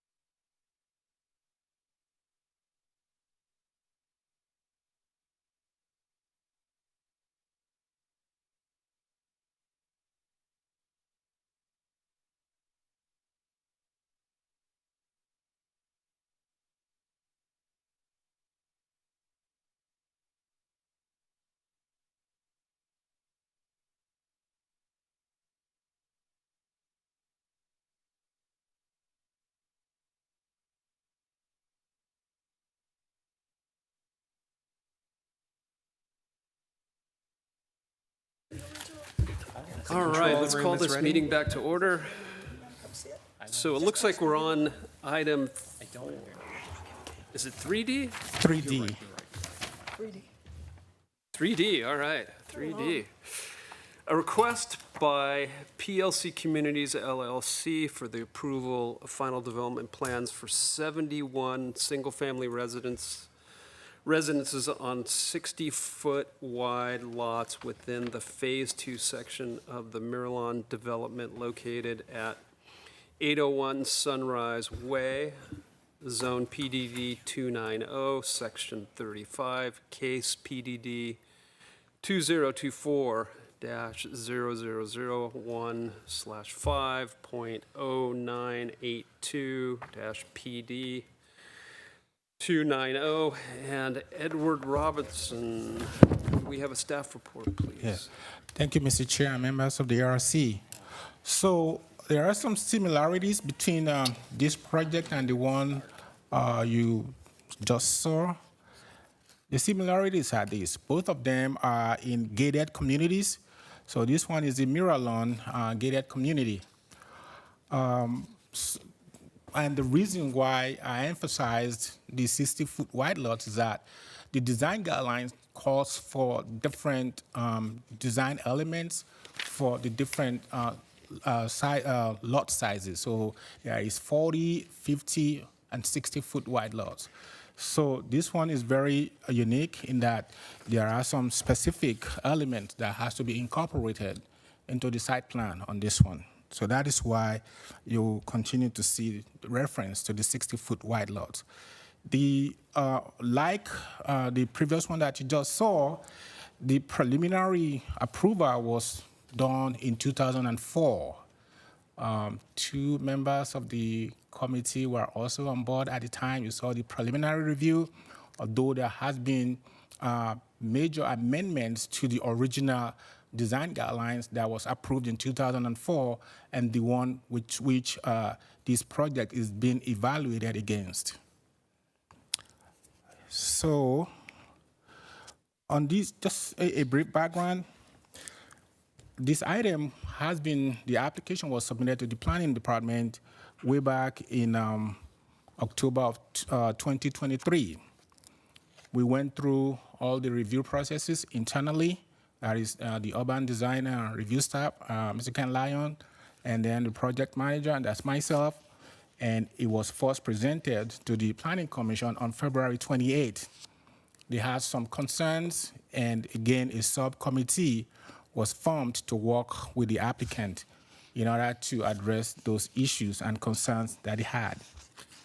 And they did meet with the applicant, and they made some revisions to the project.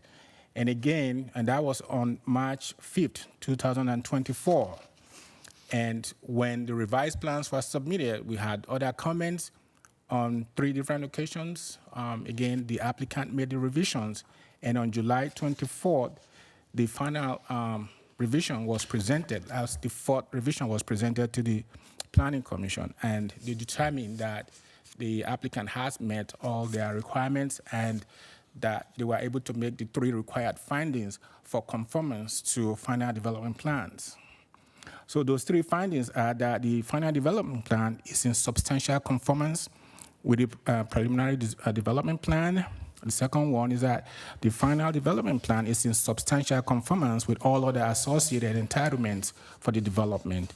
And the last one is that the final development plan incorporates all modifications and conditions to the preliminary development as approved by the City Council. So the Planning Commission was able to make those 3 findings. Again, they delved very deep into the architecture, and that was the reason why they had to go back to the subcommittee and to the Planning Commission again. Hence, the final version is before you tonight. So the total number of units will be 71 residential units on 60-foot wide lots.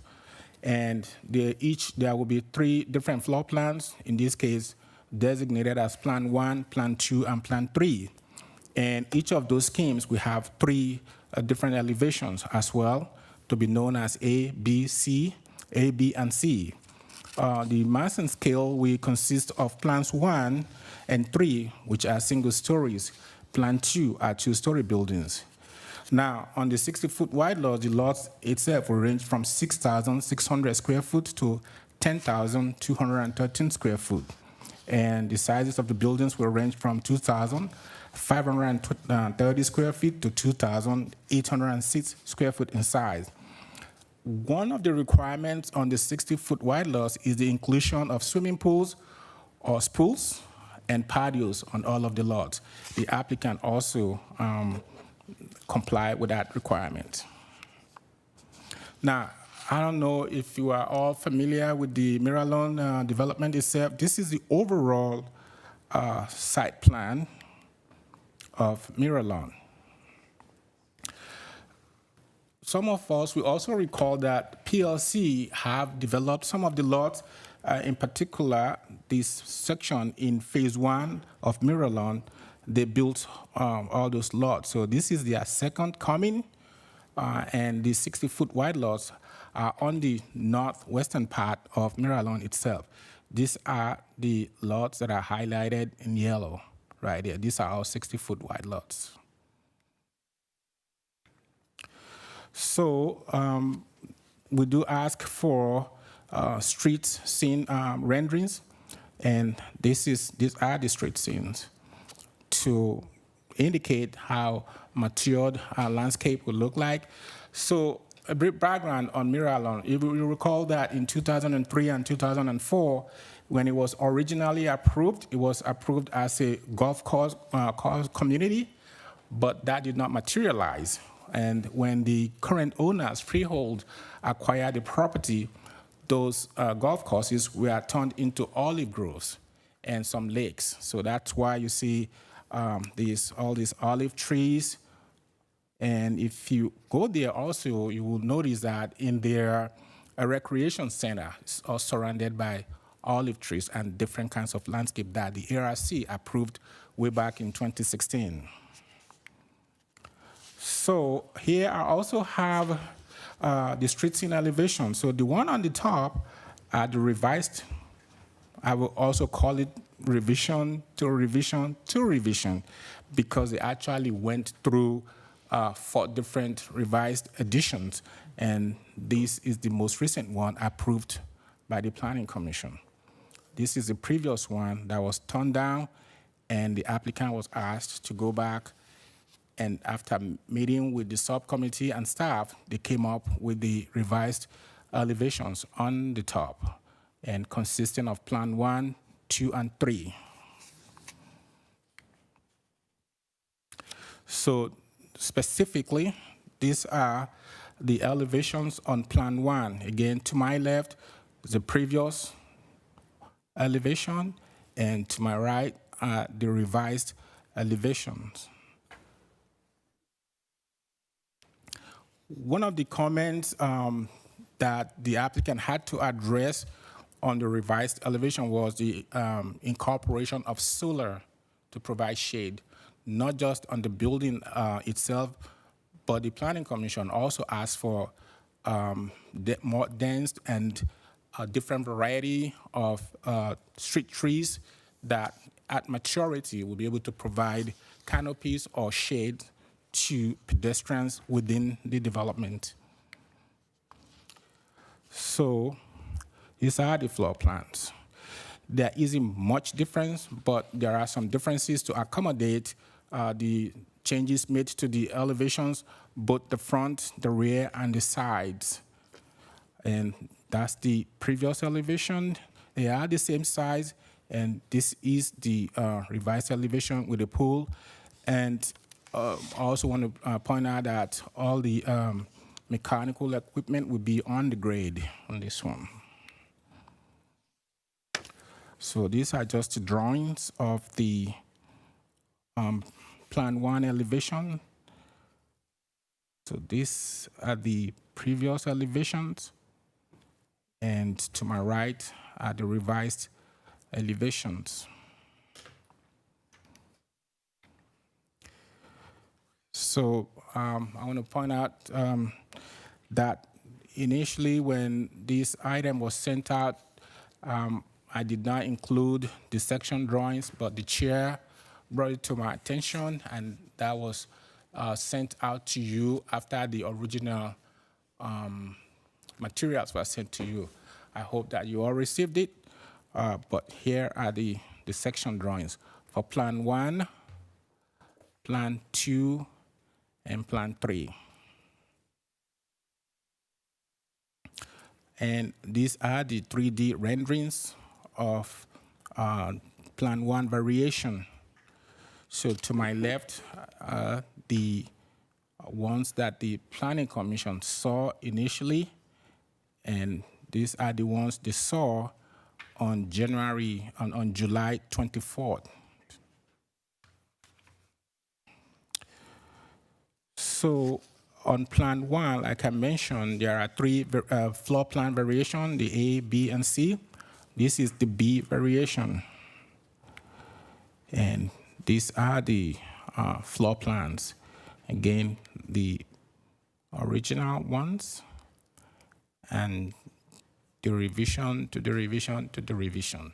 That's what the second set of elevations are. And these are the Plan 1B renderings, or the 3D renderings.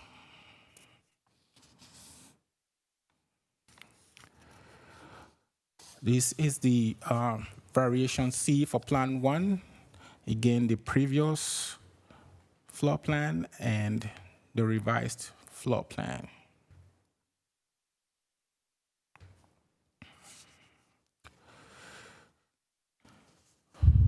And these are the renderings.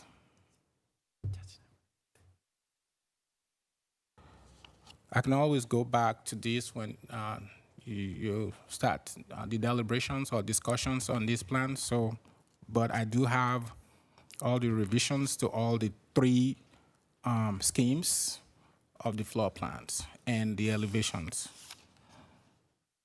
This is Plan 2, and here's the previous, and this is the revised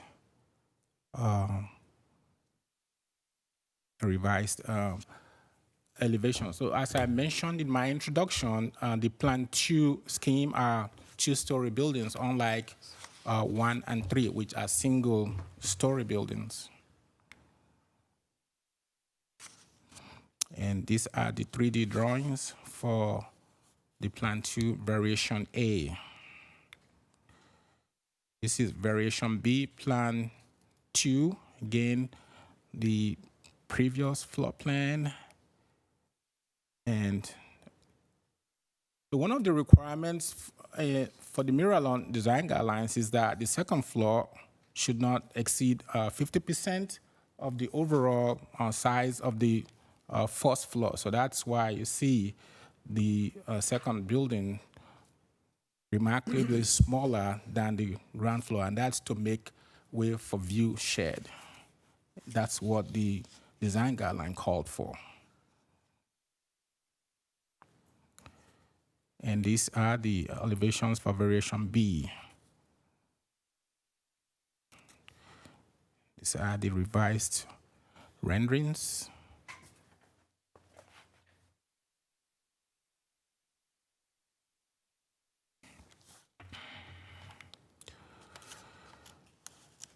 Okay.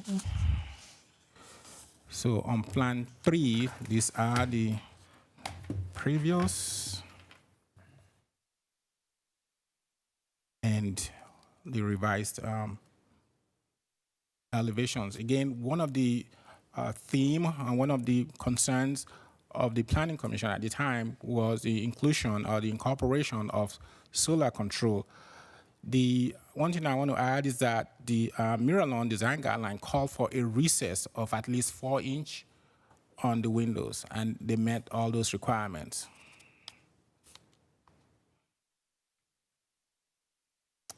It's a continuation of the Variation A elevations. And these are the 3D drawings for Variation A Plan 3.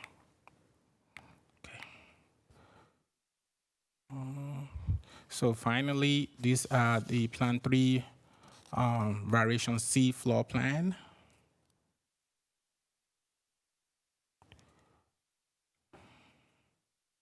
These are the 3D renderings. All these are also included in your package.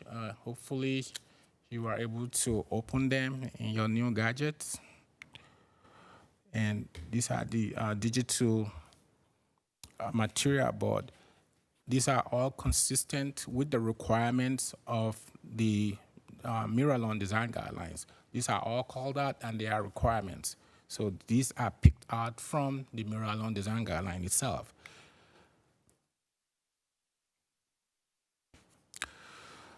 So like the project that you previously saw, when this item first went to the Planning Commission, they were in approval of the landscape plan because it generally was consistent with the Miralon design guideline.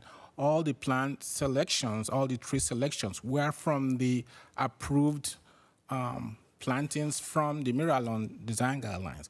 However, the commission noted that there has to be additional plant selections. So the applicant did. I'm sure they will speak more to that when it comes up for presentation.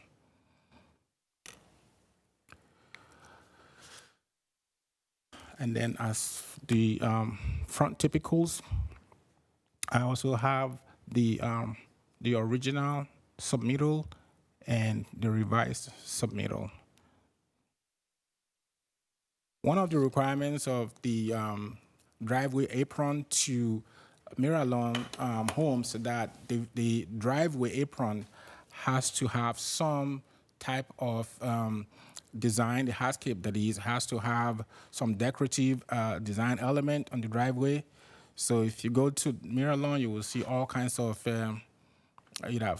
concrete, enhanced concrete paving and all sort of design. And this proposal is also consistent with that requirement. These are just additional blow-ups of the various parts of the overall site plan on the landscape. So again, in addition to meeting the 3 required findings for final development plans, we also evaluate these against Section 9304 of our code, which requires 13 additional findings for the architectural design. Staff made a determination that those required findings can be met.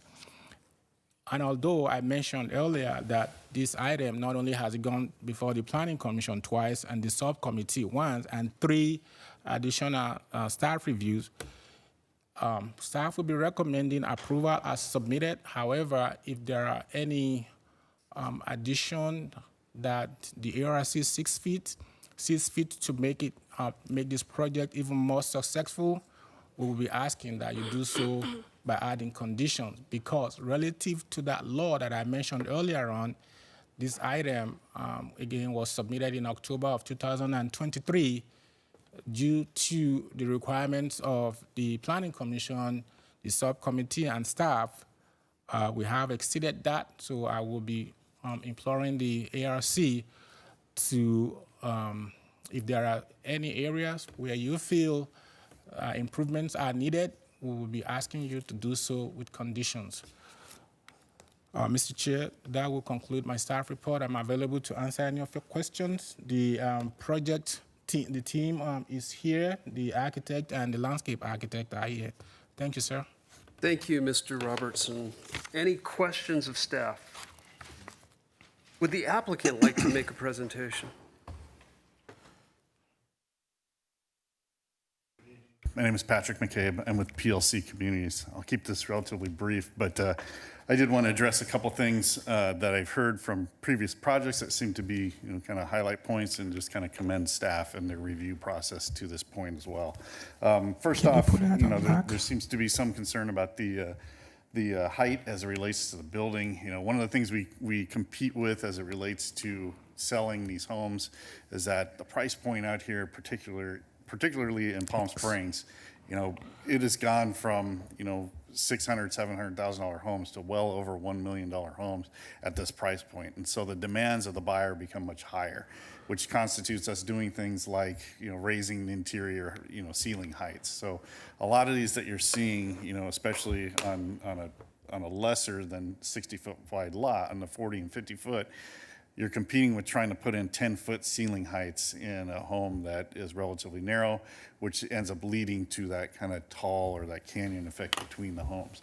This case, by having a 60-foot wide, at least we have a wider, you know, front facade, which really helps, you know, the scaling of that. And so, you know, with the 8-foot garage doors, the higher, you know, or the higher ceiling heights here, the 10-foot ceiling heights, we'd hope that, or we plan that the scaling and the massing looks a little bit better, you know, as it relates to a narrower project.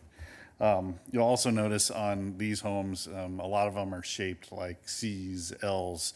The rationale behind that was to hopefully minimize those two long, you know, 5-foot side yards on each side. You know, in this case, you'll have maybe one utility side, which is the 5-foot all the way down. And yes, that does house the AC condensers for the houses. We've been allowed and been successful on the other project in Miramar to do that. We did that here as well, but it opens up really the side of the home to really orient to the yard, to help orient to the rear yard, or in some cases, orient to the front, so you get that variability between house to house when they're on side to side. They have a little bit of, you know, a little more privacy. The windows don't line up when you have a repetition of the same house.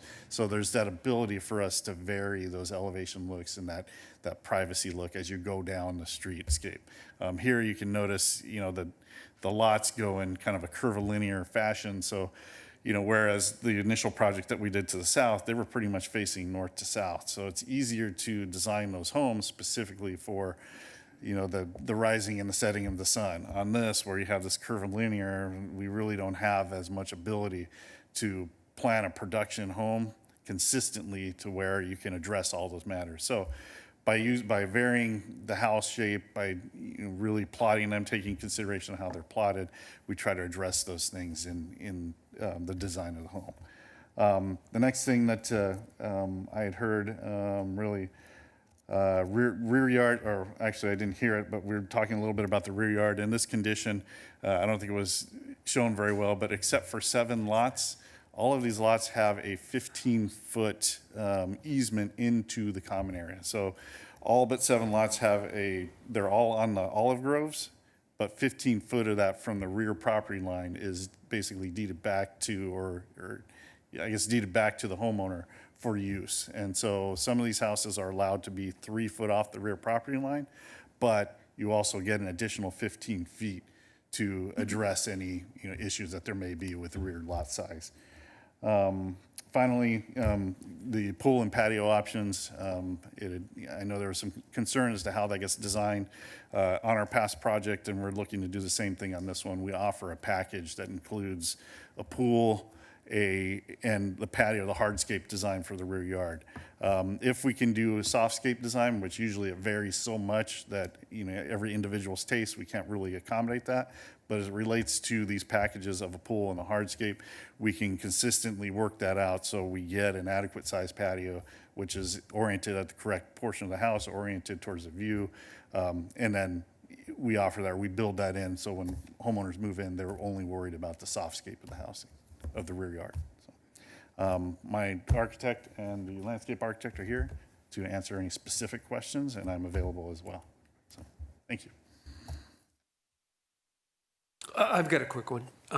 So I heard thought was put into the streetscape, which is appreciated, and the variety going down the street. I heard thought and consideration given to solar orientation, which is also appreciated. I heard consideration given to views, which is appreciated, but by the buyer, not really by us. I heard nothing mentioned about the wind. And you couldn't be in a more challenging wind location. Can you talk to us about some of the planning that may have been done around the wind. I see the L-shaped schemes with the pool in the front, particularly if you're on the northwest side or the west side of the curving road. That front yard pool would be in the wind shadow and would be welcome, right? But how else was wind taken into consideration? So that, I failed to mention that as I was talking about the shape of the houses, but really, because of the pools really, and they're designed, you know, on the side of the house, you actually have the house that helps that.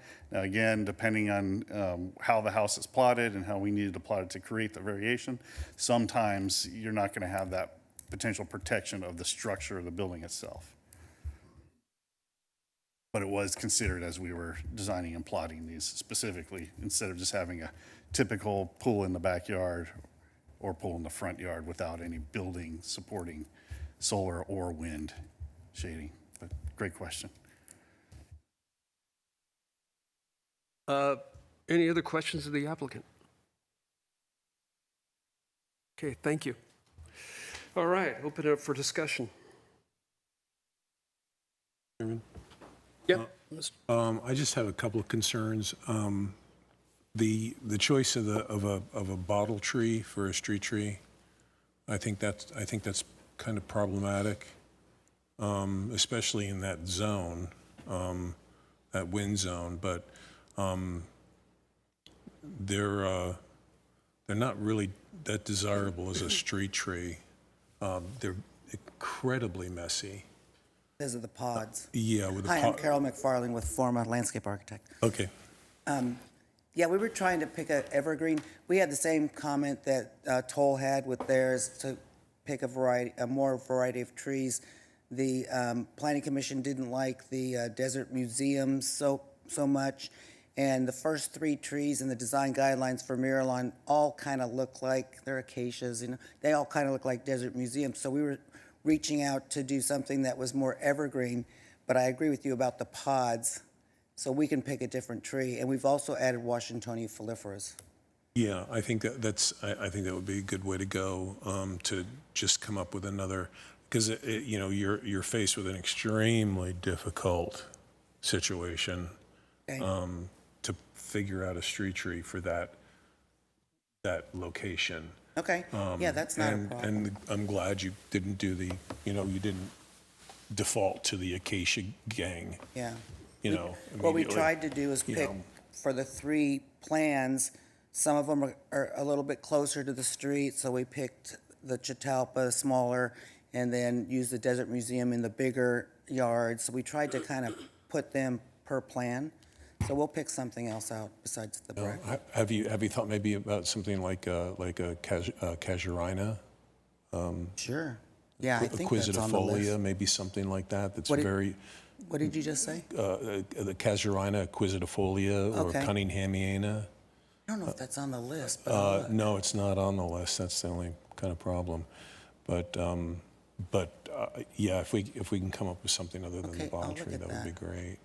Great. Yeah. Otherwise, your typicals, your front yard typicals look really nice. Thank you. And so I think it'll look great. Thanks. Thank you, Member McDonald. Anybody else? Committee members? Discussion? Yes. Does anybody else find the roof line of Plan 2 a little bit off? Can we pull that up, please? Yes, I feel like the structures overall are so cool and interesting, except that one is just throwing me off. It feels like it's an odd. Elevation A. The rendering. Yeah. Which of the plan? Is it plan 2A, B, or C? I'm looking at this on here and it says Plan 2 Variation A. Okay.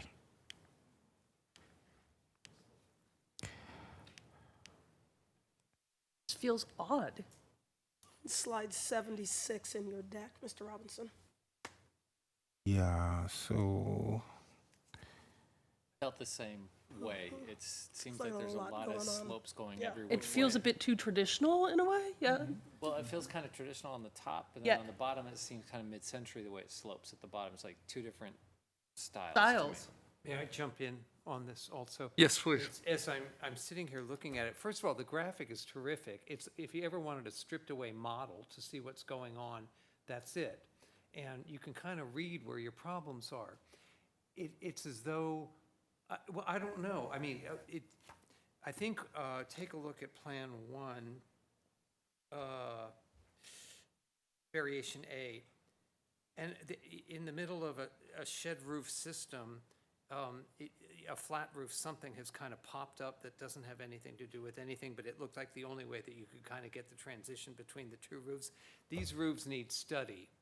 Yeah. There you go, in one sentence. I think that they need a little more finesse and help, and your framer will thank you.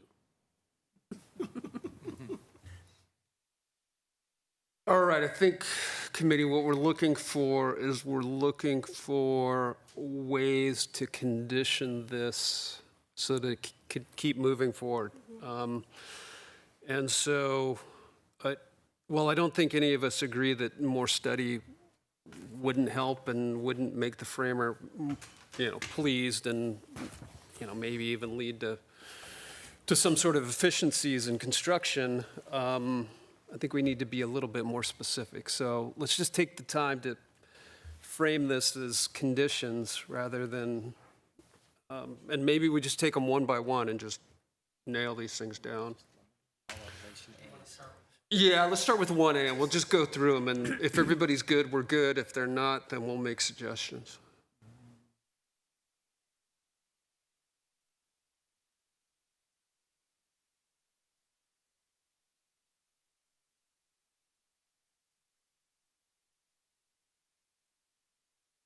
That feels good. It feels more mid-century along those vibes. It was just that. Okay, and everybody good with the solar control? Looks like there's some eyebrow in the back, some unprotected clear stories, but yeah, that's probably okay. Okay, so I think everybody good with this one? Yes. Yes. All right. So I'll go to B. I think the problems are just the elevation A's. I don't Yeah. think any of the flat roofs we have a problem. I don't have a problem with it. It's just all the A elevations. that- Agreed. All the slopes. 2A, 3A. 2B? Okay, so there's a B with solar control issues. So let's go through them one at a time. Just This is 2A. so there's an A.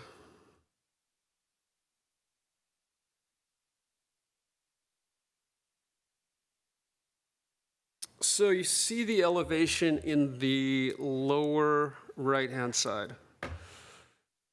That one there. And there's 2 windows on that second story up there. I think if it were my office, we would take that lower roof and just keep running it up and turn that upper gable into a shed that then turns back down and figure out a way to get daylight into those 2 rooms. Say that again, Lance? So maybe I'll just walk up there.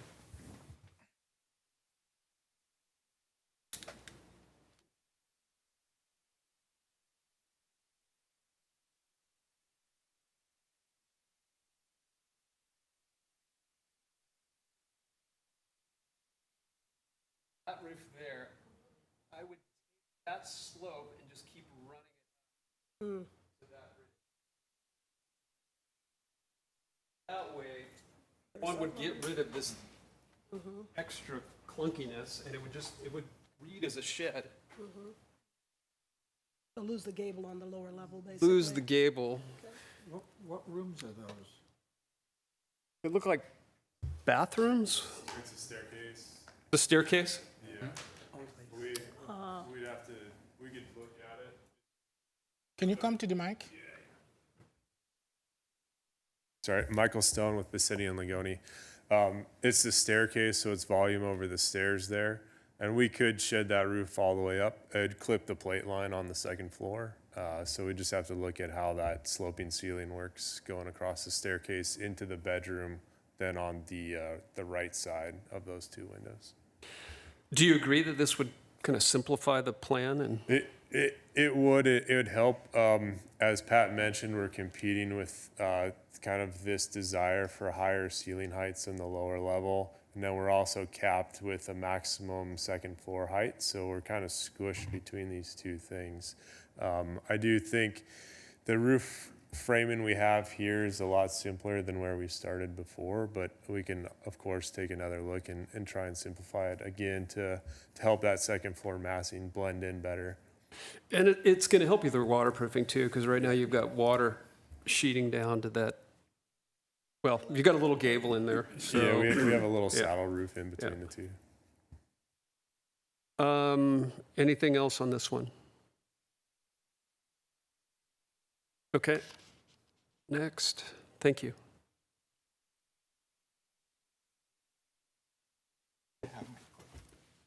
Oh, I've got it.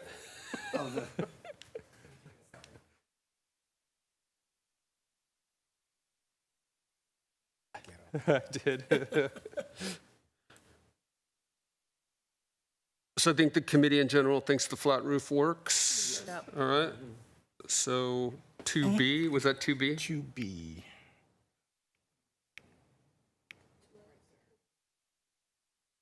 2B. Yes. Flat roof. The only issue I have with this one is the lack of solar control on that front window on the second story. I understand it's pushed back 4 inches, but yeah, can the design firm, can you guys come up with something pretty easy to give some solar control to those? We can add the eyebrow. I think Okay. we had it in a previous version, and there was a comment to remove it. And but maybe even a happy vertical to add it back. fin, so it wraps. Yep. Yeah. Okay, next. It's C. Everybody's good? Okay, go with C. It's 3A. 3A.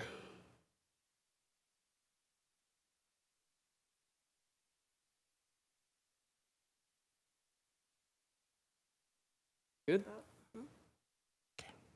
All right, we're good with that one. This is B. 3B. 3B, good, okay. And finally, 3C. 3C. See some head nodding. Yes. Eyebrows. Yeah, maybe just a little solar control eyebrow on the, particularly at the front.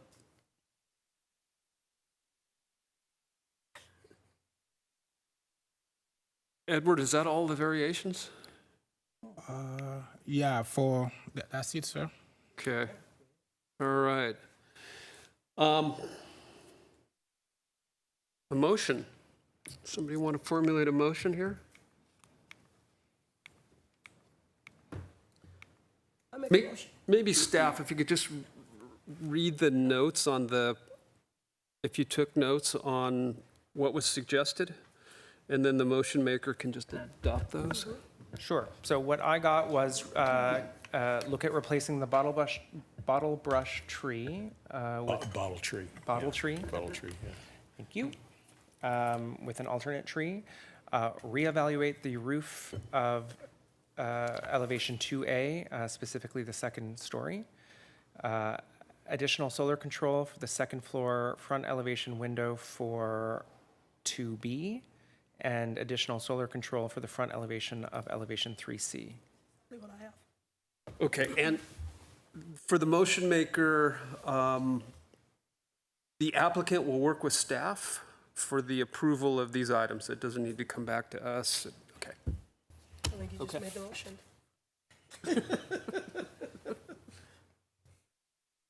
I make the motion to adopt the 1, 2, 3, 4 points called out by staff for the applicant to continue to work with staff and approve it on that basis without coming back to the ARC. I'll second. Okay, we have a motion and a second. Any further discussion? Did we miss the bottle tree? Oh, it came up first. Okay, Oh, it's the in there. fourth. Okay, good. So we have a motion and a second. No further discussion. Roll call, please. Member McDonald? Yes. Member Baston? Yes. Member Castro? Yes. Member Harlan? Yes. Member O'Donnell? Yes. Member Thomas? Aye. Member Thompson? Yes. And Member Walsh. Motion Passes passes unanimously. unanimous. All right, thank you. All right, we've got 2 more items, so nobody get too. We do. Stay put. Stay put. Architectural Committee reports, requests, and comments. Brief general comments and/or other issues of concern from members of the Architectural Committee. I heard scale and size of the screens, but sounds like the IT guys are working on it.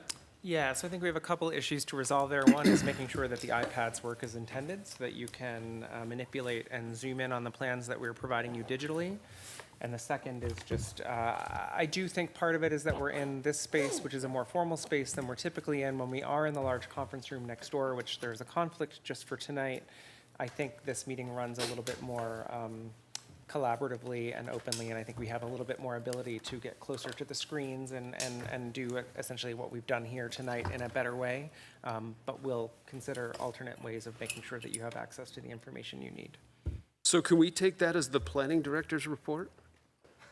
I honestly don't have any other updates other than responding to that. So you All may. right, well, so if there's nothing else from committee members? I just have a Yeah. simple question, just so, there are nights when we have, one item, and tonight felt really jam-packed, and personally just lost a little bit of steam and felt like we were rushing to get through it. Is there a way to pace it a little bit better as we go forward? I know some of these applicants are running up against their deadlines, but that was a lot tonight, and I'm really grateful that we didn't have to address the Palisades tonight, because I feel like that, that's going to require some attention.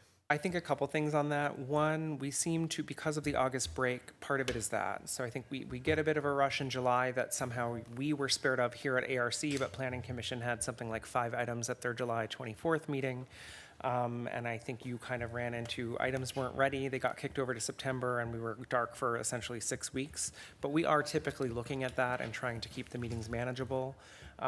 This one, I think, is just a bit of an outlier. So that's a long way of saying yes.